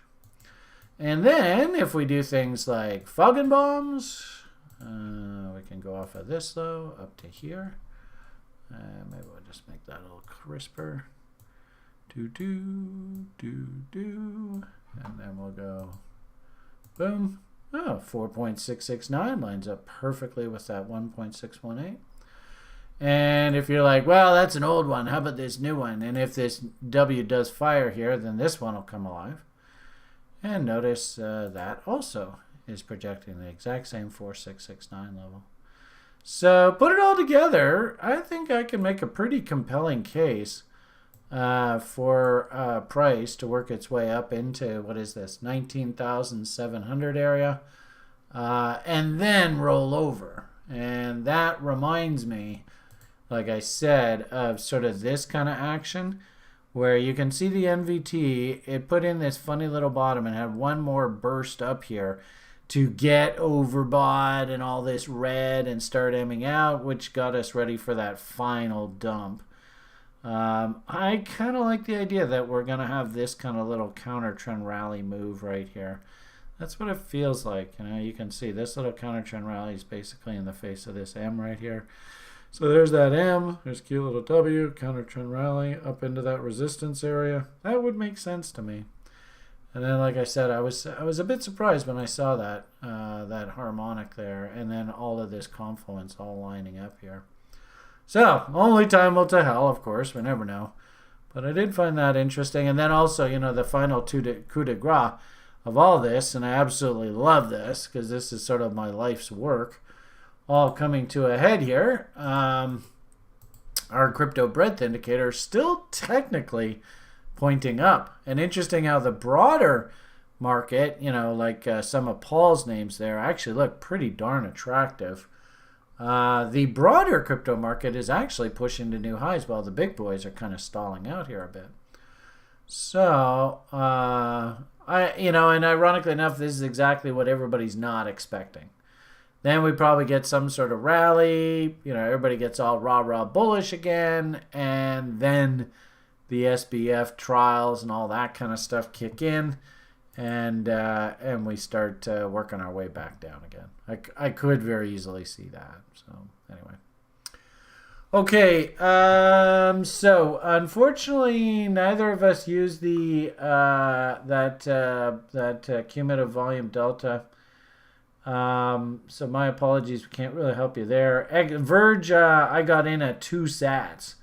So Great Dalmudi says Verge got down to 1 Satoshi. So I was long from 2 Satoshis for whatever it's worth. Talal says check out Perp USDT. Perp USDT. All right. I don't know what the heck that is. Let's see what you got there. Perp USDT. This Perp versus Tether. That's what you're looking at. Yeah, not bad.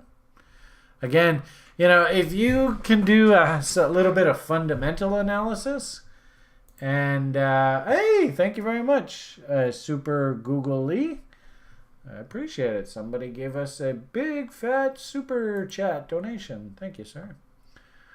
I would just simply say if you can find half decent fundamental names, then this is definitely time you want to pay attention.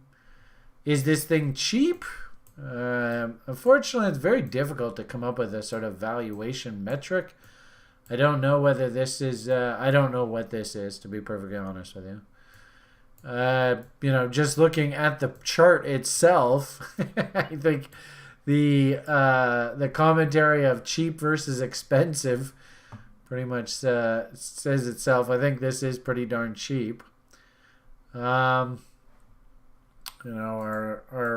original contest winner, David O, he loves to draw his megaphones. I don't know whether we're at a megaphone level. I don't even know if that's even usable or not. But one thing actually, when I was just looking at this price action here in the short term, usually they say descending wedges are actually technically bullish. I don't know whether I have this or not. I guess you could get that, kind of do something along these lines. So, I guess we can go there to there. And that's a lower low though, so it's not really a descending wedge. I mean, I guess you can go something like that. It's not really the best chart. Yeah, it's kind of wishy-washy. The good part about this is I suppose you could argue, if you can just think things like reload zones, you're coming in at the bottom end of the range, so that's always encouraging.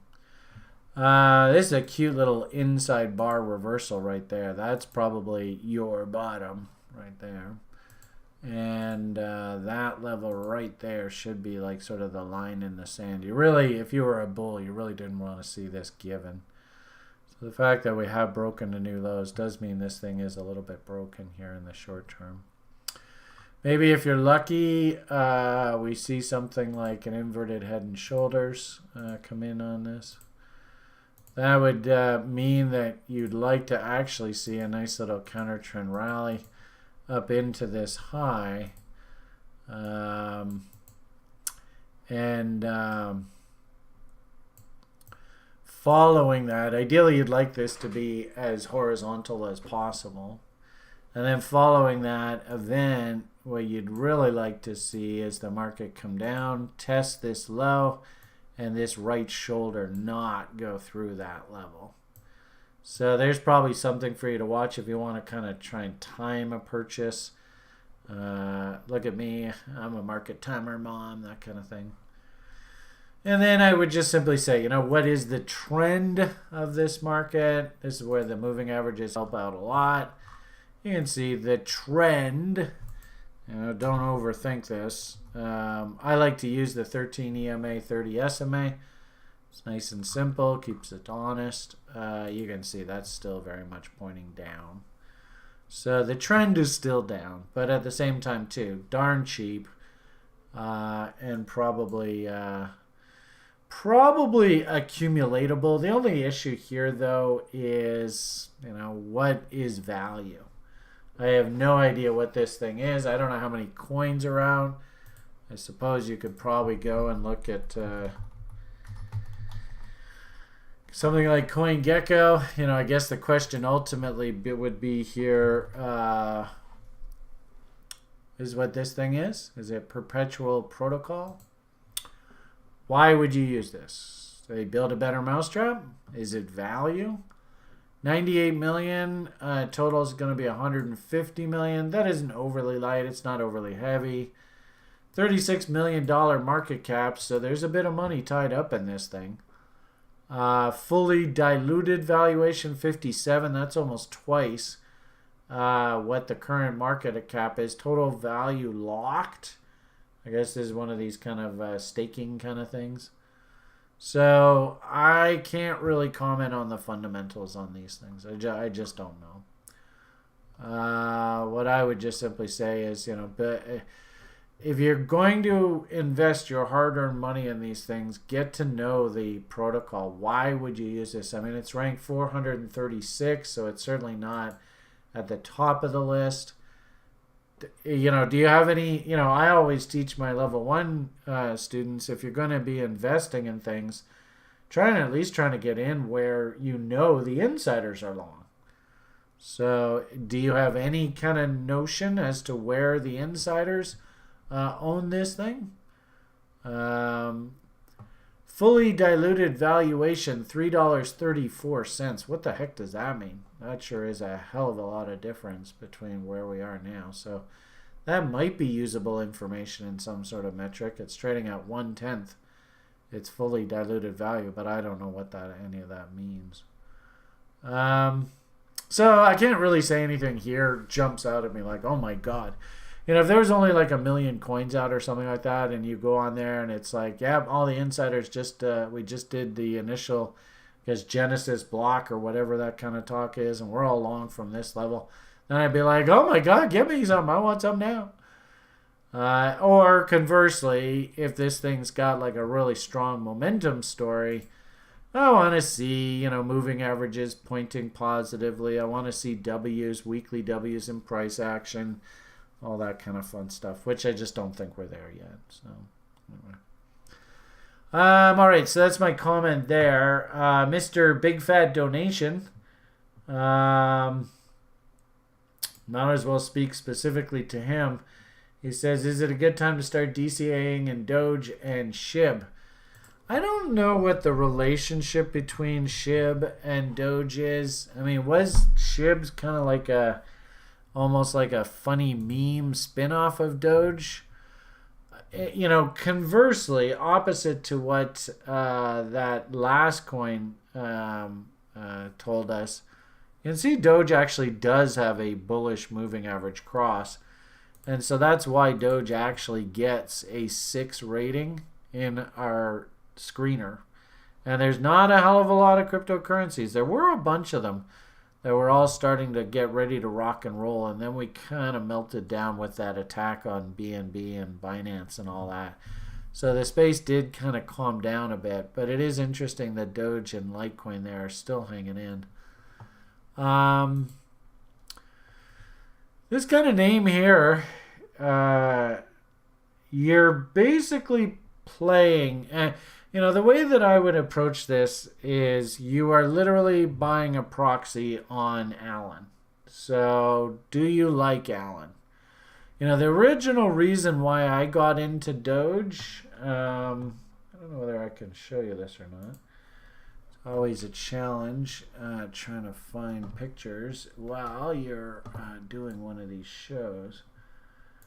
Let's see if I can show you why I got into Doge.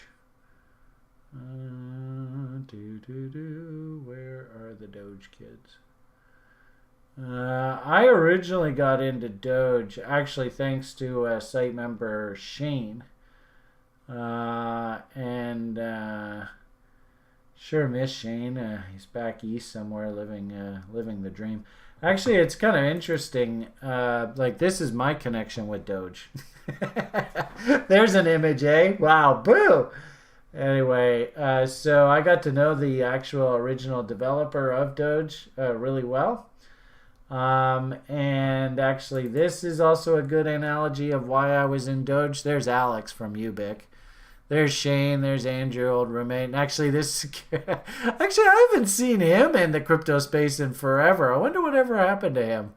But anyway, this is Dogecoin, right? And of course, this leads to there's more Dogecoin. There's Brian, the lead developer, where we were having a great old time stomping around Vancouver, just living the very Doge life. This is why I was interested in Doge. It was such a great analogy of this generation. And then this dickhead came along and fucking hijacked the whole story and took over it. And now I don't even know what the hell Doge is. It's kind of tragic that we went from this being a sort of an asset of sort of the next generation feeling as though they were getting liberated to this thing being hijacked by a guy who's basically just part of this system that you guys all hate. I mean, it's so ironic. The price actually went, absolutely crazy ballistic to the upside. Is that the end of the story? And, and what fascinates me is nobody gets upset at this guy. I don't quite understand it. But why didn't he come out just even 6 months ago and say, don't buy this stock, people. It's going to fall 75% over the next year. I mean, doesn't he have any responsibility in our society? It's fascinating. So, this is the same thing, with Doge. This is when he was on Saturday Night Live, and not really saying anything. Just sort of, but, there's, in the law, they say that if you know that a crime is about to happen and you let it happen, you're just as culpable as the person who committed the crime. So it's fascinating how Alan, he knows full well that this asset was going to get absolutely destroyed. And anybody coming in on the buy side up here was just stupid. But he didn't say a damn thing. And basically, same thing with the Tesla now. And I saw him do the same thing with PayPal.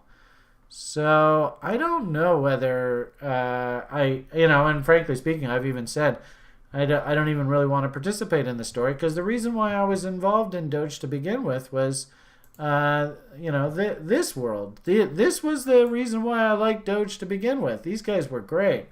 It was a lot of fun hanging out with them and just sort of getting to know their sort of different bent on this generation coming up. And if anything, you almost feel kind of depressed that he's gone and done this. And then, the SHIB, all that was just an outright shill, right? So, what goes up must come down. Was this all just bullshit? With regard to, tradability, at the very least, you do have an actual bottom that is working on Doge. So... almost didn't quite. If we got above $1 here, I was gonna be screwed. I remember right here I was like, you guys are crazy. And I was like, this is so crazy. Right through here, Great Dalmidi put the comment in the lounge. Right through here, I said, look, if this stupid thing goes above $1 and I start getting filled at $1, $2 on the sell side, I will officially change my name to Sedona Euphoria. So if anything, I dodged a bullet there. I did sell a lot up here. I took nice comfortable 5 figures out of this thing on that rally, but nonetheless, I was a little disappointed that it was such a blatant shill. And then more importantly, nobody, when this was happening, you look at this chart in hindsight, and nobody through this was saying boo. They were all like, oh, this is just normal. This is the way stuff acts. This thing's just going to go straight up forever. And it's just like, come on. And the worst part about it is there was guys on YouTube that were doing videos going, oh yeah, Doge's so awesome. And every single sentence they would go, la la la la la la la. So to make sure that the Google algorithm didn't pick up the fact that they were just running a Ponzi. Which is just, oh God, I mean, you could write a book on how brutally corrupt this whole top was on this. And I wouldn't even be surprised if the guy was actually on fucking Allen's payroll. It wouldn't surprise me at all. Anyway, so you got a bit of a bottom working here. So I'm not going to fault you there. I mean, this is sort of like a commentary on a trader's life. I mean, do you just buy that double bottom there? And you say, look, I'll take a shot on Allen, and I'll look to let some go. I mean, that's 7 cents. So if we can get a pop to 14 cents, I'll let some go. And oh, what a coincidence. Look where the rally was. It was to 14 cents. Do you think that was an accident? I don't know. So is this trade over? It might be. Something that kind of bothers me here now is, and actually it's interesting, one of our site members who's written this totally incredible Python WordPress script actually is tracking these moving average crosses, but also too, you'll notice that we just put in an M. Lower highs and lower lows. My general rule is that I want to see the weekly chart turn back up, the moving average cross, and then I want to see some sort of reason to get excited on the bull side. So usually you get a big pop like this to actually cause these moving averages to cross, and then what you'd ideally like to see is the market come back down into reload zones, Wyckoff checks, all that kind of fun stuff, and then put in a very polite W down here that basically says, yep, I am officially done going down and I want to go up now. Something along these lines. Ideally, you'd like to see that higher lows. The fact that we're slipping here and it's just not finding any buyers, that's a little bit concerning.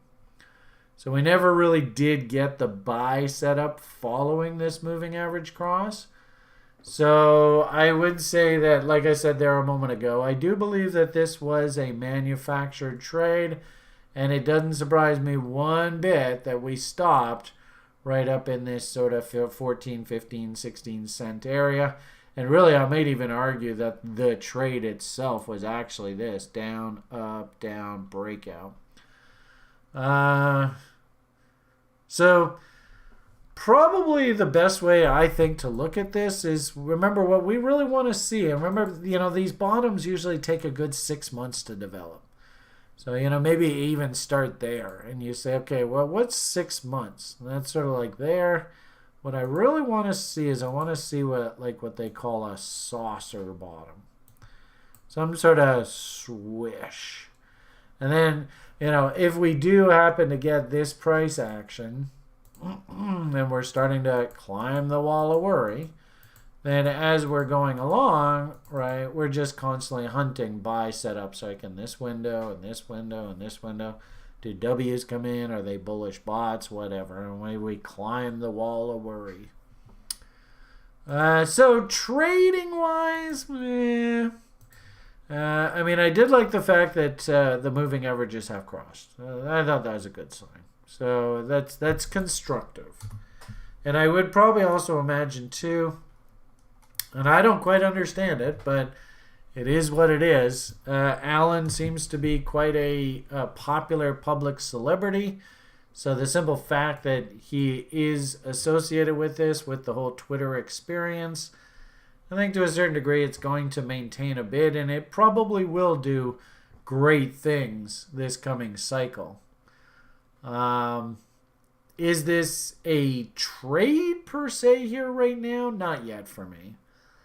And I'll be the first one. I mean, if I can sneak in there and grabs, a nice momentum W, right? I see a little bit of a div, little bit. I mean, it's trying, Willie did get stupidly oversold.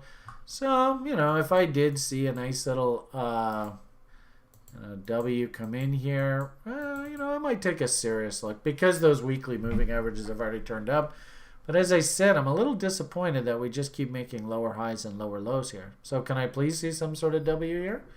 If we did get a pattern, something along these lines, of course, this would be like an inverted head and shoulders. So that might be enough to get me interested. But, if anything, this is a perfect example. We used to always say when I was a broker, I'm from Missouri.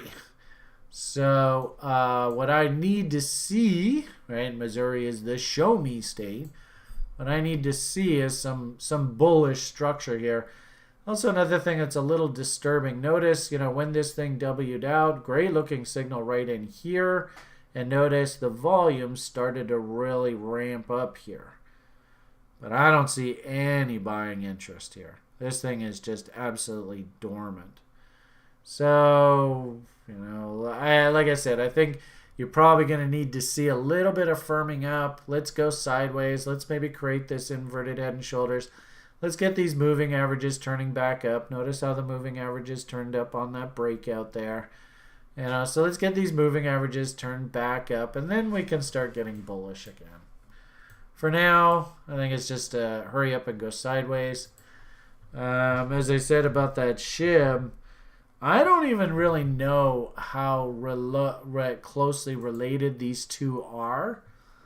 Ironically enough, from a trader's perspective, I actually would prefer something like this, where you're just going to buy this railroad tracks and you're just that's the risk on your trade.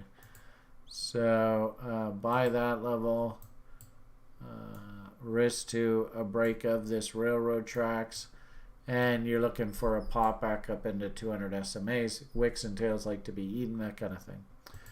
But has this thing actually turned back up? What probably happens is this is yet another kind of inverted head and shoulders. Maybe like there to there to there. We get that counter trend rally, then a pullback. Kind of like what we said with the Doge is we get a little bit of a consolidation that sets up that longer term. Moving average is still pointing down. We've got this railroad tracks, which is price action for those people that are aggressive and that want to get in. That's not a terrible level to work with. Do have nice confirmed bull divs here. Willie was nice and stupid. Did we get stupid? Oh, interesting. Look how we flirted along that stupid line. We were stupid over here. So if anything, stupid divergence. So that's kind of interesting. Is there money to be made on the upside? Kind of like Doge, yeah, probably. A little pops up top here. Do we have a technical buy signal here just yet? I don't think so. Nanny nibbles. You're coming in at the bottom end of range.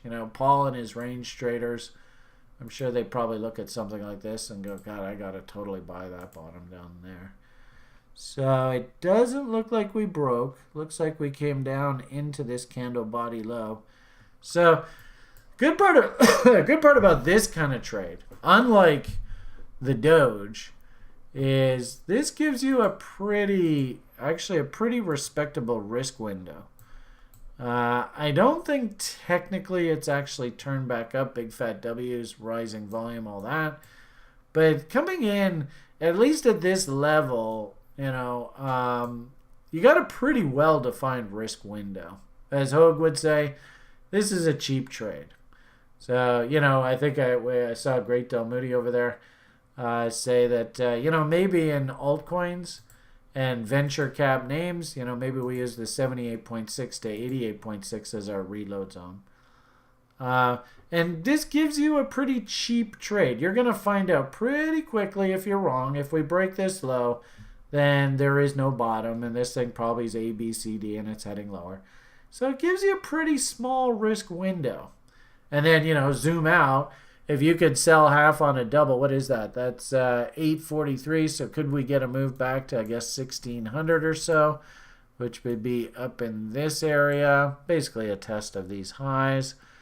Ironically enough, if this thing actually does go out and put in this massive W here, down, up, down, breakout, then you're going to be, if you did come in here, you got a pretty low risk window. Like I said, you'll find out you're not going to take a lot of punishment if this thing actually isn't the bottom.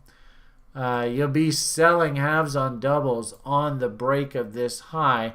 And usually, kind of like this, you see, usually these peaks have big wicks and it's a big fluffy, but you'll have your open order there selling. So you sell into that rally. And then you got a free position on it. If this thing does anything, that free position might just buy you Lambos down the road. So that's probably the way I would look at it from a trader. From a just outright sort of nanny nibble risk taker, this isn't a bad level to come in on this thing. I mean, clearly there's some sort of base down in here. So, if you wanted a nanny nibble and just accumulate, and then into the next big crypto bull, I'm sure they're going to pump this thing. That's not a terrible idea either. So it's not you're not thinking in the wrong direction. Are you a little bit early and maybe we just need a little bit more information to confirm that this thing actually is a bull? Like I said, on the weekly charts, we don't have any signs of any bottom here yet. That's going to be up to you. What this speaks to is there's two different types of risk in the marketplace. There's price risk and there's information risk. So right now, you're getting a really good price, but we don't have that much information that this thing's actually bottomed. You can wait for the information, big fat W's, breakouts, volume surge, momentum divergences, but you're probably going to have a shitty price to pay if you wait for that information. So you're coming in right now. You're getting a very good price. You'll know very quickly if you're wrong. And if we break these lows, you have to admit that you're wrong and just walk away. So you got a pretty good window here to take that shot. But at the same time, too, all the information coming out of the market right now is we have not turned back up. We are still a bear. So I don't know. What do you think, Mr. Super Google Lee? Does that help you at all? Thank you very much for the donation. I hope that that enlightens you a little bit. Do you want to add anything to this, Paul? No. No. Okay. No. All right. Bottom of the range for little old lady, yeah. For a dollar cost averaging guy, yeah. Even for a trader, you have some, but definitely I think you will have to range a little bit more. Yeah. A bottom will not form so easily. Right.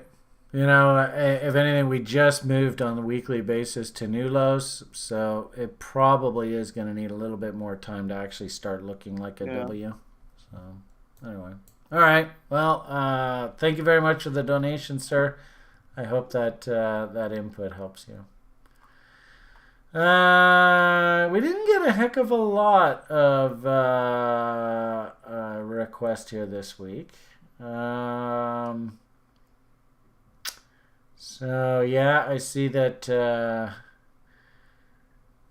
Luke wants us to look at Tilray. I think that's a bit sacrilegious. Maybe come on the daily brief and ask about stocks. Let's try and stick to crypto here. FTM, I don't know what that is. What do we got there? FTM perp. Or FDM. Oh, Phantom. God, I remember this from years ago. Yeah, ironically enough, very similar to almost everything else we're looking at. Do you guys now see, what do you think, Tafal or Talal? Do you now understand why when charts look like this up top here, I start going a little crazy, saying you probably better just cool your jets? I mean, the irony of it all is this is the only business when stuff goes on sale nobody wants to buy. So here we are. This stuff's on sale now. I mean, I think you're right. If this weekly W does confirm, it'll probably force these moving averages to turn back bullish, and then we're off to the races again. So you're early, but you're definitely thinking in the right direction. I like how you're thinking here. So probably saying, it's ironically enough, it's about the same conversation as that SHIB. And then there was one other crypto somebody asked about, and that was, where the heck was it? Doge. The Canadian from Missouri. You like that one, eh? CHZ. What the heck is that? CHZ. Yeah, just pumped. On Binance versus Tethers? Yeah. Yeah, you're right. Wow, that's a rally if I've ever seen one.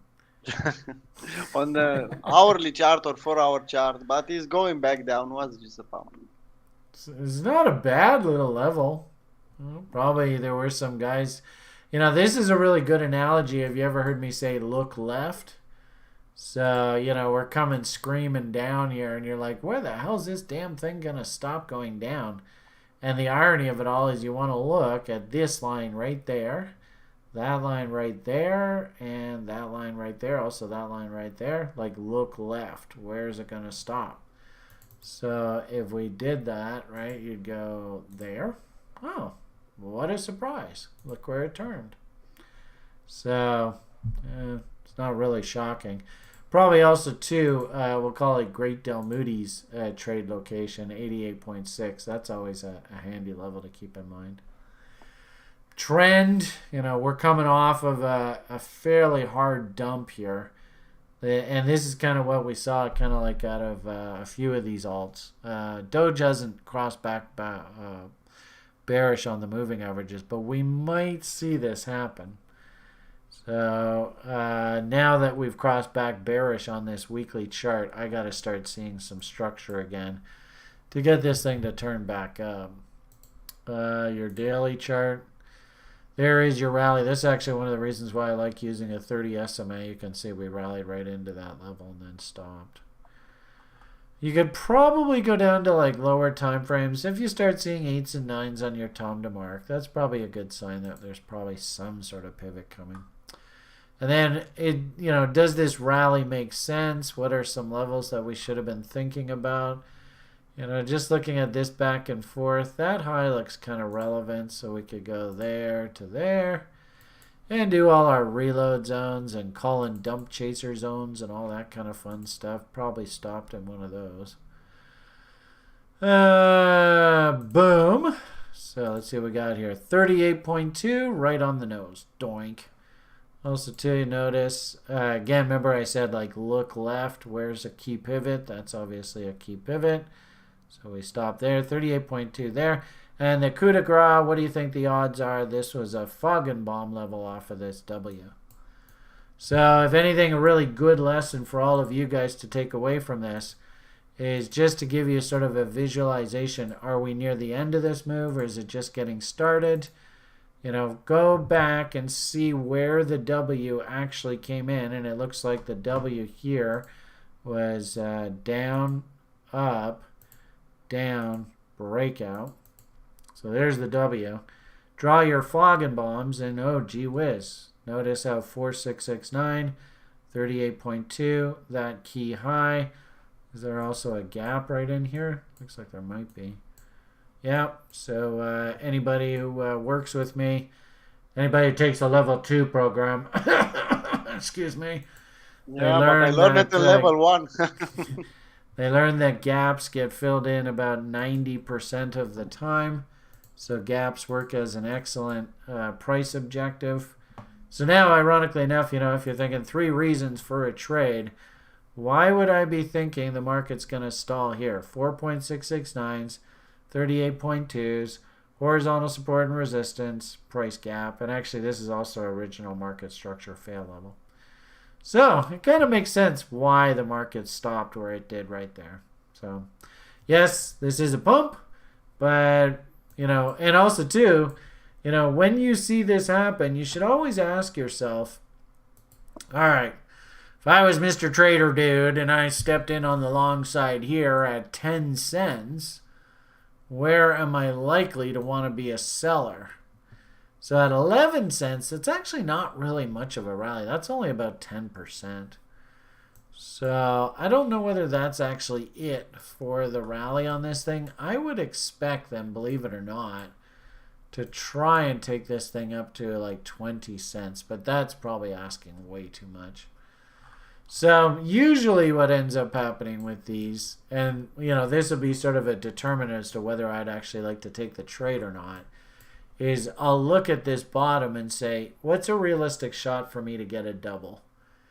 And this is a nice rally, but it's only 10%.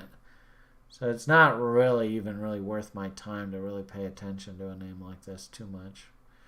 If anything, what I would say is because this is only 10%, and like we said on the daily chart, it's kind of just a little blurb. Yeah, notice how big these moves are here. So, if we started looking at these W's like this W here to here, notice, this bottom here is 11 cents, 4.669, 21. So buying this W and all these W's, that to me is screaming that they want to take it up into the 20s. Basically, sell half on a double, get yourself a risk-free trade. This right here, that's probably not enough for me to get excited. And if anything, this right here is probably like this right here. So if anything, at this point, what you probably want to do is take your fib drawing tool and just start drawing reload zones going back down against the lows. And if you want to try and sneak in, notice 61.8, 78.6. Can you sneak back in off a test of the bottom end of the range down there? I'm not going to say it's easy, but if we do the same logic here, if you are so interested in this thing, I don't know any reason why you would be. I don't know the fundamentals here. But you can kind of see there's that original bottom and there's the reload zone. So any kind of pull back down into this area, that's probably where I'd be shopping. Sort of thinking like, can I get a pullback down into here, here, and here, and like that? Something like that would be awesome. So that would be my input for you. Also, too, this might actually be a bit of an inverted head and shoulders as well. So shoulder, neckline, head. Notice that's still valid neckline. That's not bad. The key here is we don't want this right shoulder to go through the left shoulder lows. So kind of like what you saw there. If anything, we'd probably like this W to come in just a tad bit higher. Something like that. And if you see that, then pop on the site and say, hey, Brian, remember that name we were looking at? Was this a Chiliz? I have no idea what this is. If you get a move back down into here, a nice little W, my hunch is Paul would probably even buy that. I don't know. Maybe he would, maybe he wouldn't. Yeah, why not? Why not? Especially if I have between the left shoulder and the head, on that inverse head and shoulder, if I have bullish divergence, then I'll hunt on the right shoulder. Yeah. Well, let's see. Survey says it's not great. Look at that nice MACD div. So MACD, yeah, but RSI. RSI is a little wishy-washy. So, yeah. Just think of Great Del Moody's 88.6. So that's probably an interesting level. Definitely a nice location. And in the long reload zone. Yeah. All right. Well, I hope that helped whoever asked for that. Okay, that's 20 after 8, so we've given you a good couple hours. I hope you got some value out of that, everybody. Thank you very much for the donation. I didn't hear back from you, Super Google Lee. whether you felt like you got value with that response. If you want to PM me, I appreciate your contributions. I think you've done that a couple times now. So if you want to chew my ear, I'm here for you. Slow and steady wins the race. We are going through the January barometer window, people. Please respect that. If anything, interestingly enough, this is a good commentary on what's called the January effect. Actually, that might be a good homework assignment for all of you in your journals, because I do see there's a bunch of you that are regulars. You should be, after this show is done, you should be sitting down in your journals and saying, okay, what nuggets of wisdom did I hear tonight that I've never heard before? And my assignment to all of you, including Great Del Moody's and even Paul's for that matter, is try and tell me what's the difference between the January barometer and the January effect. And why would Brian say the January effect actually is being illustrated right there? So there's a fun little assignment for everybody too. Maybe post in the comments, right? I see a lot of YouTubers, they try to get you guys to interact with comment posts. What is the difference between the January barometer and the January effect? And why, as a altcoin investor, that means something to me. So I don't know, Paul, do you know the answer to that? I missed the daily brief, I guess. He missed that daily brief. Yeah, I've only been doing this for 30 years. It was one of those daily briefs. Yeah, one of them. All right, everybody. I guess, we don't have Ben here today, but I think we should, for posterity, give a shout out to Paul. Did you happen to see what the price of Bitcoin was when we started this show here tonight? I could take a look. The same like now, $16,830, something like that. 16. Why don't we just go with 16,800? Make it nice and simple. Yeah. Where the hell did that go now? Nope, not there. Over here, right? So, 16,830, we'll say. What the hell? Yeah. Oh, but not on that. Nothing there. Oops. Here. And actually, maybe this automatically does it. If I just drag that down, let's see what happens. Boom. 2% gain? Does that sound about right? 300? Yeah, that's about 2%. So that still qualifies as gray. Does that mean Brian won? Yeah, seems like it. I thought you were gonna win here today because we had a nice up market. More than 5%. Oh, all right. Or 2.5. There you go. Brian's a big winner for kind of looking for unchanged. Although I have to say it was quite pleasing to see the market catch a bid there through the week. Oh, I guess this doesn't work. That's kind of, whoops, now what have I done? That's not right. Minus 300. How does that work? Do you go like that? Manually, I guess. Oh, yeah, plus 330. Yeah. And I don't even know if that's the right number, but what the hell, we'll go with that. All right, so today is the 4th. May the 4th be with you. And actually, it's interesting. I was commenting on that Vader coin. It looked like it popped, but actually, I was more sort of crypto shenanigans than anything else. But we can rate 23. Look at that. Finally out of that damn 22. 23, better cycle bottoming year. Yay! Good part about it, and I've actually told all of you that and I don't know whether I did it on this show, but I definitely did it on the Sunday show, and I was actually quite pleased. I want to hear, and there's only like 15, 20 of you, but every single one of you, I want to hear that you are going to be here next November, because this is the bottoming year.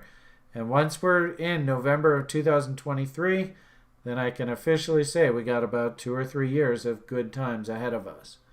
So I want to hear from all of you that you're going to make an affirmation that you're not going to blow yourself up through this year. If you have to go get a job pumping gas or flipping burgers just to make damn sure that you make it through to November and you are slowly accumulating these things, if you can do that and you can promise me that you are going to be here, then I think you're going to be set up well for the rest of your lives. Like, seriously, folks, opportunities now here. Just get your shit together.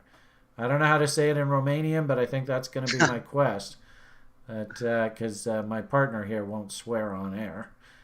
He's such a good citizen, I swear. All right. So, Brian's a big winner. Woohoo! Ben, you suck. Maybe that's the reason why Ben didn't want to come on today, is because he knew it was Yeah, I guess so. All right. Let's insert one row below. And I don't know.